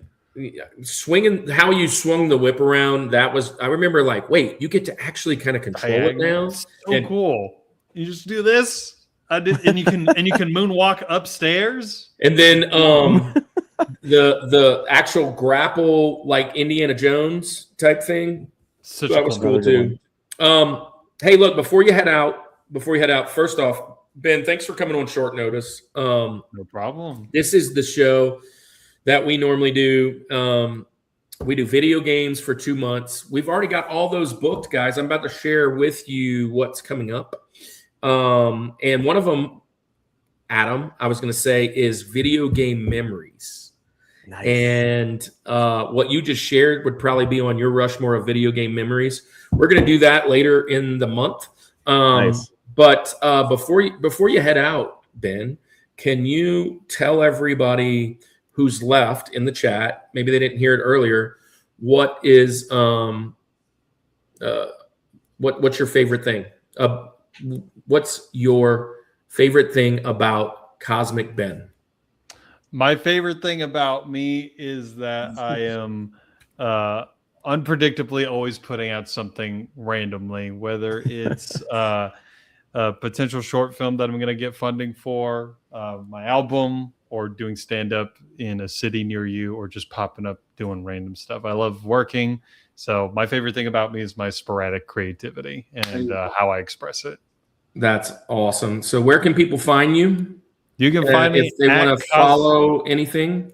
You can find me at Cosmic Ben on Instagram, or you can hopefully see me somewhere in your local comedy clubs in the near future, or at board game conventions. Perfect. Heck yeah. Perfect. Well, Ben, thanks for coming on. And we really appreciate you, and we'd love to have you on again if we can line up another topic. Yeah. I mean, I have a very weird schedule, but nothing is impossible. Absolutely. True. Yeah. So, Adam, do you want to hang on for the last round, or you got to go too? My phone's gonna die, so I have to go too. Okay. Well, share your last. All about tabletop vibes and how people can find you. Yeah, I mean, so tabletop vibes is essentially just taking my passion for people and board gaming and kind of putting it together to share that with the entire world. So that's the idea. And so you can find tabletop vibes on YouTube, Instagram. We have a website, and then all the other social media platforms out there. So yeah, it's been a blast. Man, totally appreciate you coming on. We'd love to have you back on again. Again, we lined it up to be in games because you talk games of a different type, but we haven't done board games yet. It was an idea that we thought of maybe in the first year, and it got missed. We used to do a nostalgia topic. John Stout, FYI, we'd love to have you on the show too. I was going to reach out to you from your comment last week on the Spies. We'd love to have you on. We're booking movies. I think and I music. lost your sound again from you talking again. It's gone. Oh man, both of you. Yeah, now it's both of you now. I think Ben messed it up. Let's blame Ben. Ben must have messed it up. Here, let's see. Blame Can we do this for ruining this? Hold on. But yeah, it's now both sounds off for me on both. Kind of crazy. Can you hear me now? Can you hear me now? No, is it me? Is it still me? Still nothing. I hear. Well, hi man. You know, so Andy, hey, why don't you fix? Yeah, there you go. Let's Andy, do that. Finish the show. We can do the wheel round. Well, I don't have the wheel, so what I was going to do is just pick a random game and do it. I can do it with you though. And let me shout out what's coming up next. We can live broadcast 82-0 and see who gets a better team. Oh, we could do that. That'd be fun. That'd be fun. Hey, I never even heard of that game when you sent it to me. I was like, it's so fun. I don't know why. Yeah, we could do an 82 now. That'd be fun. Let me tell everybody what's coming up next. and then we'll get out of here. We'll do. Let's see. So next week we're off because we have camp, and the camp is all week, so we'll miss that. But the week after that, we'll get right back into video games. We'll get kind of trucking along, and our very first one back is going to be with Owazrum and RNG Gamer. So RNG Gamer and Owazrum, they're coming on, and they're going to do Sega Master System games. Then the next week, which is July 23rd, we're going to have P and X, which is Pammy and Javi. They are going to come on and do top 4 handheld games of all time. And then on July 30th, to finish off the month, we're going to do games we wish we could play for the first time again. Yeah. Now, that one is going to have a little bit of a spin because, to me, Andy, I think what makes a lot of games replayable is the idea that it's still fun. I think, for me, thinking of these, a lot of these games are going to be games that aren't replayable. They were a good one-time play. I mean, I'm just thinking out loud, out of the box. Like, the reason I want to go back and play it again for the first time is because I don't want to know the first time. I don't want to know where all those tricks and tips and things are, and kind of go through it again. But Symphony of the Night is again and again and again and again. And then, Andy, this is going to be a tough one for you. Monado Max and Bryce JW are coming on, and we're going to do the top 4 Switch games of all time. Minzy from Nintendo Land and Tony Rourke and possibly Shane, who was supposed to be on tonight from Game Central Station, are coming on. They haven't nailed out their topic completely, but I think they're going to pick collectibles. So your top 4 video game collectibles of all time. Now, I'm assuming what are the most collectible games, but there are some other things like plushies and other things that might jump into there, cards and other kind of cabinets and things.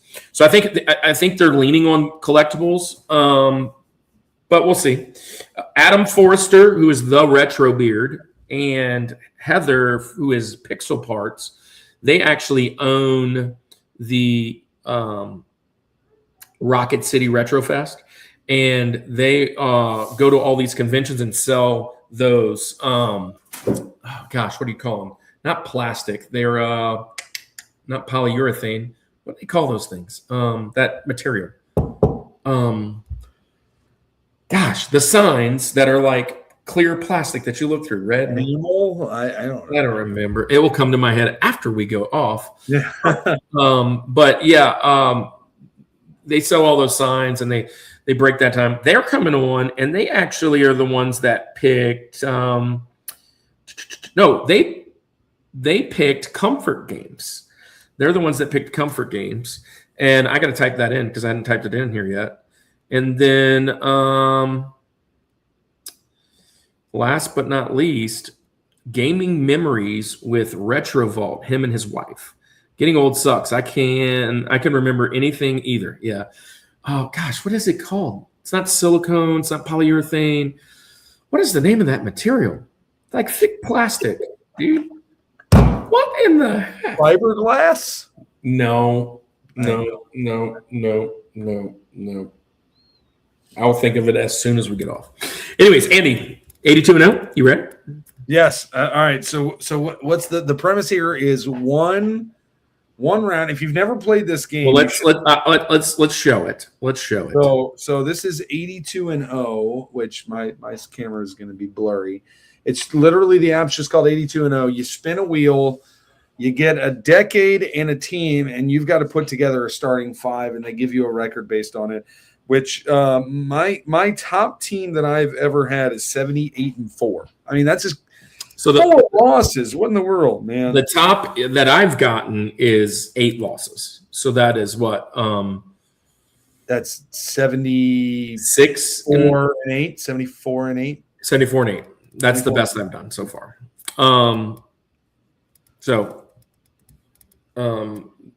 There it is, 82 now. Now, Andy, have you done? I'm assuming you're doing that on Classic, right? Have you done Hoop IQ? I've not gone to that yet. Dude, I did a Hoop IQ, and my best one was the one I sent you. Really? Yeah. I sent it to you. I was like, look at this Hoop IQ. I was like 70. Yeah, but they take all the stats away from that one. You don't have any stats. You just got to guess by who you think. I like that. That's kind of a cool one to do. Let's go Classic. Right, and, Classic. And I want you to let me see. Let me It always starts with ATL 60s. Well, because ATL, I think alphabetically in the 60s is the furthest it goes back. Right. Let's take the blur away so that when I show my screen, we got no issues there. All right. So all right. You want to do your 5 first? You go ahead and give me your 5. Give me your 5. Spin the wheel. Also, you do get 1 decade respin or team respin per. Okay, so I got Oklahoma City in the 20s. Oh, so you got Shy. I'm going SGA, baby. SGA, baby. You got to go SGA on that one. Yeah, for sure. Sure. And do I put him at point guard or shooting guard? That's the big deal. PG though, points per game. Shoot. I give him the ball to shoot. I give him the green light.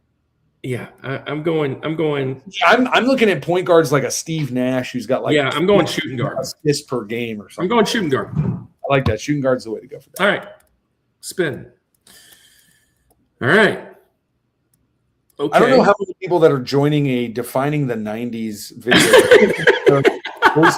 So I landed on the San Antonio Spurs of the 10s, and so who do you have? I don't really love that. Of the 10s. So you can change the era, or Timmy Duncan's sitting here. I was going to say that's towards the end. Towards the end, his numbers aren't fantastic. Kawhi Leonard. I'm just saying, when you land and you can pull out Wilt. So I'm going to go Timmy Duncan, but I'm not going to put him in the center spot. I'm going to put him in the power forward spot. He's the greatest power forward of all time. Another great spin that you can get is Luka Doncic. I mean, he's averaging 30. Spinning. That's stupid. Was that Milwaukee? Milwaukee in the 10s. You got to get Giannis. Get the Greek freak, baby. Yeah, that's Giannis, and he can go in every position. Yeah, same with play point guard. LeBron. Hey, put Giannis at the point at the 1. Put him at the 1. Why? I mean, I just don't know. You're not utilizing him like you. I mean, he's taking the ball. I'm going to be missing out on the assists if I go there. What's his APG? 4. That's not fantastic. Yeah, I'm going to go with him at the small forward. Yeah. Even though he's not small. Nothing small about him, but yeah, that's what's open. This is a good little list you got rocking right now. Miami. Oh my gosh. Dang it. Of the 80s. Now you can respin a decade right here if you want to go for it. You can respin your decade and hope to get the 10s. If you get Miami in the 10s, you talk 20s. Okay, you got some good stuff there. You're gonna have probably Harden on there. Did he play? No, he was. So I can't take Butler. I can't take Hero. I can't take Wiggins. I have to go with center yet? Have you pulled Bam Adebayo? It's a good pick. Or Victor Oladipo or Terry Rozier. I'm going Bam, and he can only go in my center. Bam, which I've already got 2 centers. I got 3 centers now. Now I'm spinning for the point guard. All right, here's your point guard. Come on, baby. Chicago of the 90s. Lakers in the 60s. Give me the logo. What a spin. I want to know. I mean, you got Jerry West. Dang it. Where you at? I'll keep the number. Okay, keep the yeah. I like that. Okay, I like that. All right, so classic. Here we go. Atlanta, the 60s. No, I'm just kidding.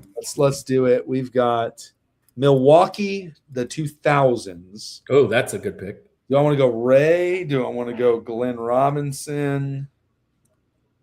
Big dog Glenn Robinson. Gary Payton's even there. Richard Jefferson. Michael Redd. I'm going to go Ray Allen. I'm thinking you got to go with shooting guard. Give me Ray. He's the 3rd best shooter of all time. Bang! All right. Now I got Lakers 2000s. Give me Shaquille O'Neal. Kobe Bryant. Jeez. I mean, how do you pass Shaq? Shaq, for a 3-year span, was the greatest player of all time?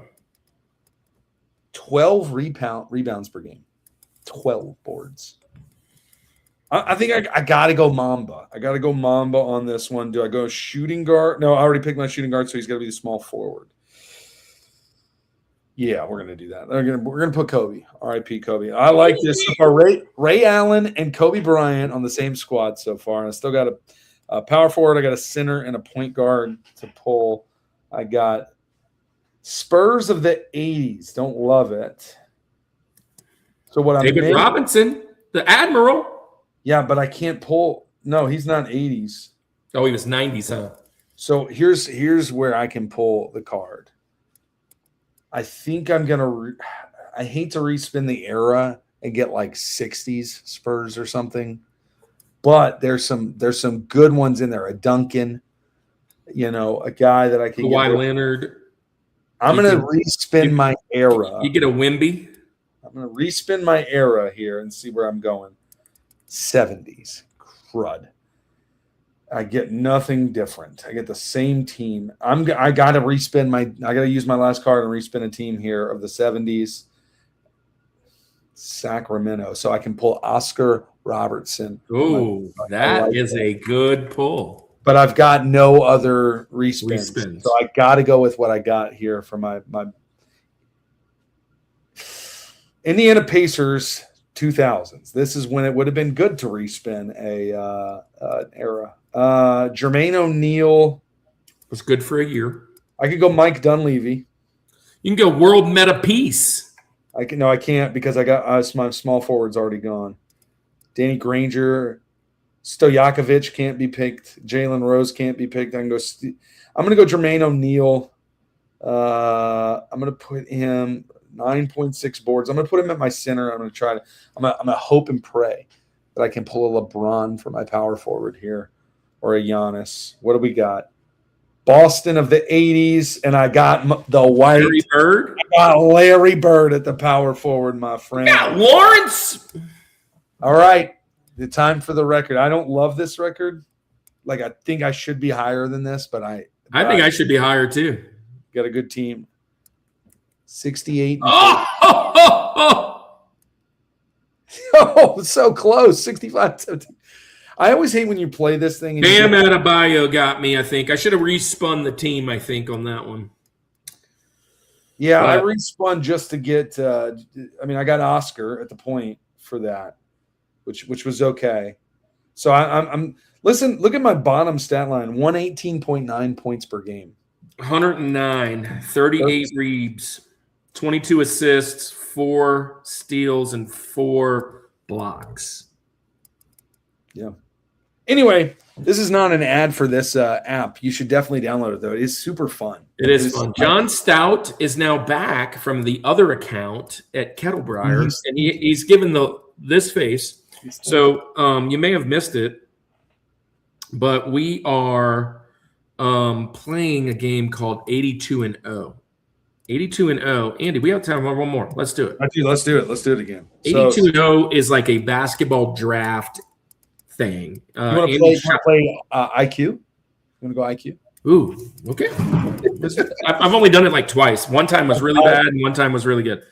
Yeah. So basically, it spins. It says the team, and it says the years, the era, the decade of that team, and then you get to pick any player you want that played there in that decade.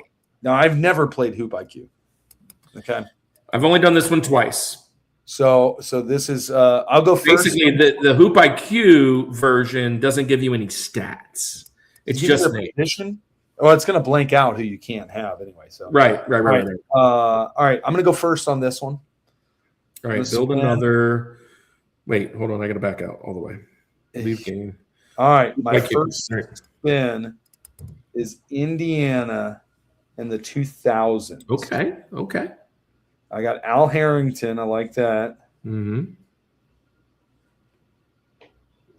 Yeah, let's do him at the center. Let's get our big right off the top. Al Harrington. All right.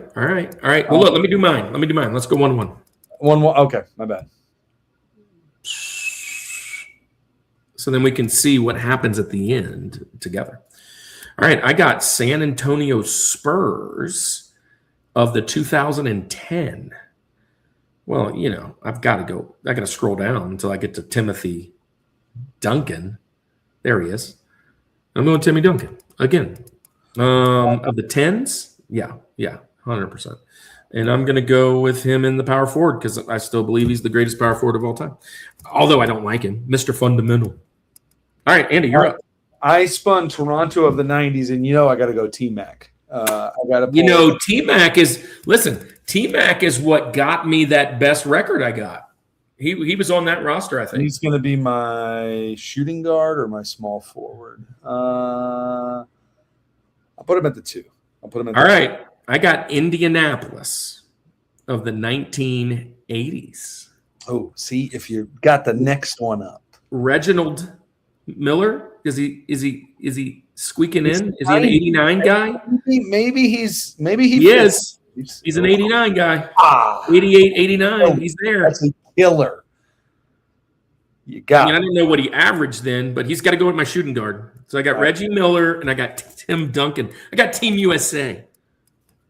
Sacramento of the 90s. Golly. I don't know if I like anything. So here's what I'm going to do. Because the 90s were stacked, I'm going to respin my team here. I got to do it. And I got Boston in the 90s. Of the 90s. Not their Late Bird. Yeah, I guess he's in there. But what was his Kenny Anderson? Because that's Dream Team time. He was still a beast. You know what? Let's do it. But Paul Pierce is in there too. Mm. You know what? I still feel like I got to go him. He's going to be my 3, my small forward. Okay. All right. Spin me right round. Ooh. Scrolling. Is he here? I need to know. He is here. Golden State 2010. Oh, Steph Curry as that's it. I think you might have crushed me in this one. All right, let's see. My next spin, I'm going to have the Knicks of the 2000s. Oh. There's a lot. I mean, Anthony Hardaway's right off the bat. But that's not where I'm going. Knicks of the 2000s. Yeah, Larry Johnson. John Starks. Is he there? David Lee. David West. Jalen Rose. Jamal Crawford.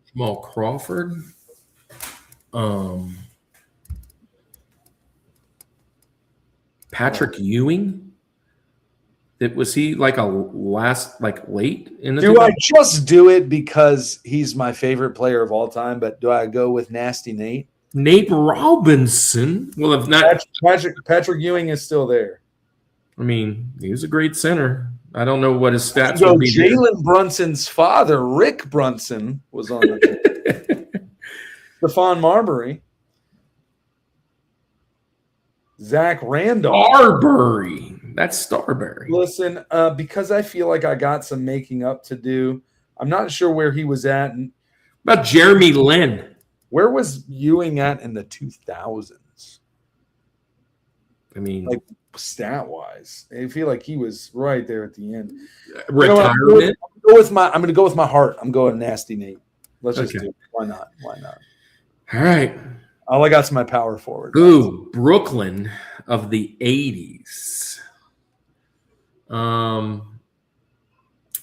see if I know any of these guys. Cliff Robinson, Daryl Dawkins, available. I'm just talking about Joe Barry. Just talking about the guys that are available. You know who I feel would be really good at this game? Barry. Oh, yeah. He'd know everyone's backstory, too. Walter Berry. All right. Well, I don't love it. The 80s is stacked. You can I'm scrolling teams. Yep. Smart move. Knicks of the 80s. Oh, that's a good one. So we got Bernard King, Bill Cartwright, Charles Oakley. Any little forearm in there? Come on. Just give me one time for the one time. Kiki Vandeweghe. Let's see. Patrick Ewing. You should have took him, but he's here. This is when he was the best. Well, 90s he was the best. I'm going to have to go with Patrick. I think. He's the best on this list. I'm going Patrick Ewing. Oh, I don't like my last spin. My last spin, I have to take him at the center, unfortunately. I got Portland of the 2020s. But all I have left is power forward. I could pull Carmelo Anthony, but in the 2020s, stat line's not where I want it. All I can do is respin era. I think I'm going to respin era and see what I can get. But if I get I might be dead already because you pulled Steph on this one. Yeah. I'm going Portland in the 80s. So Bernard Thompson. No, yeah. Jeez, Pete's. Kiki Vandeweghe.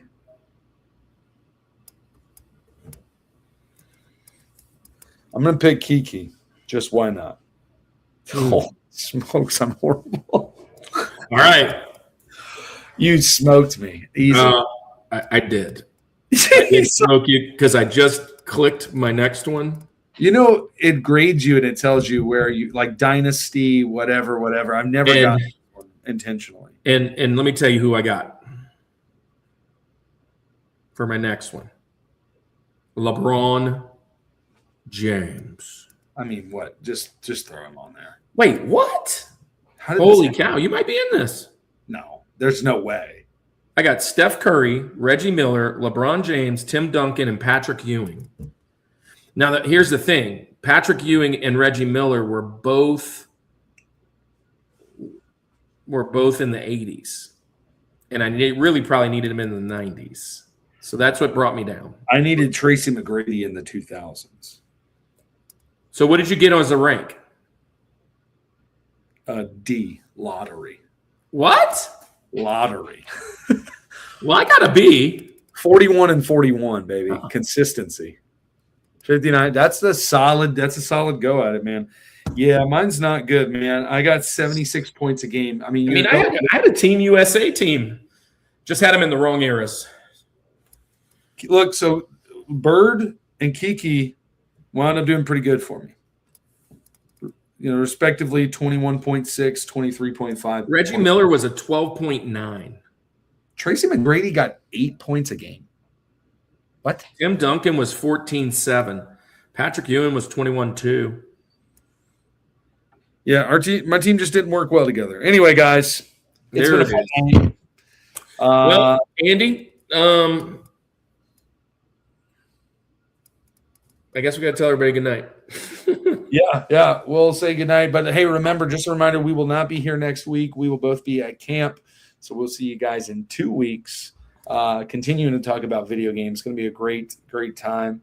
And make sure maybe we'll put something out there. We always say we'll do something during camp. We'll see. But we get a little bit busy while we're out there. For sure.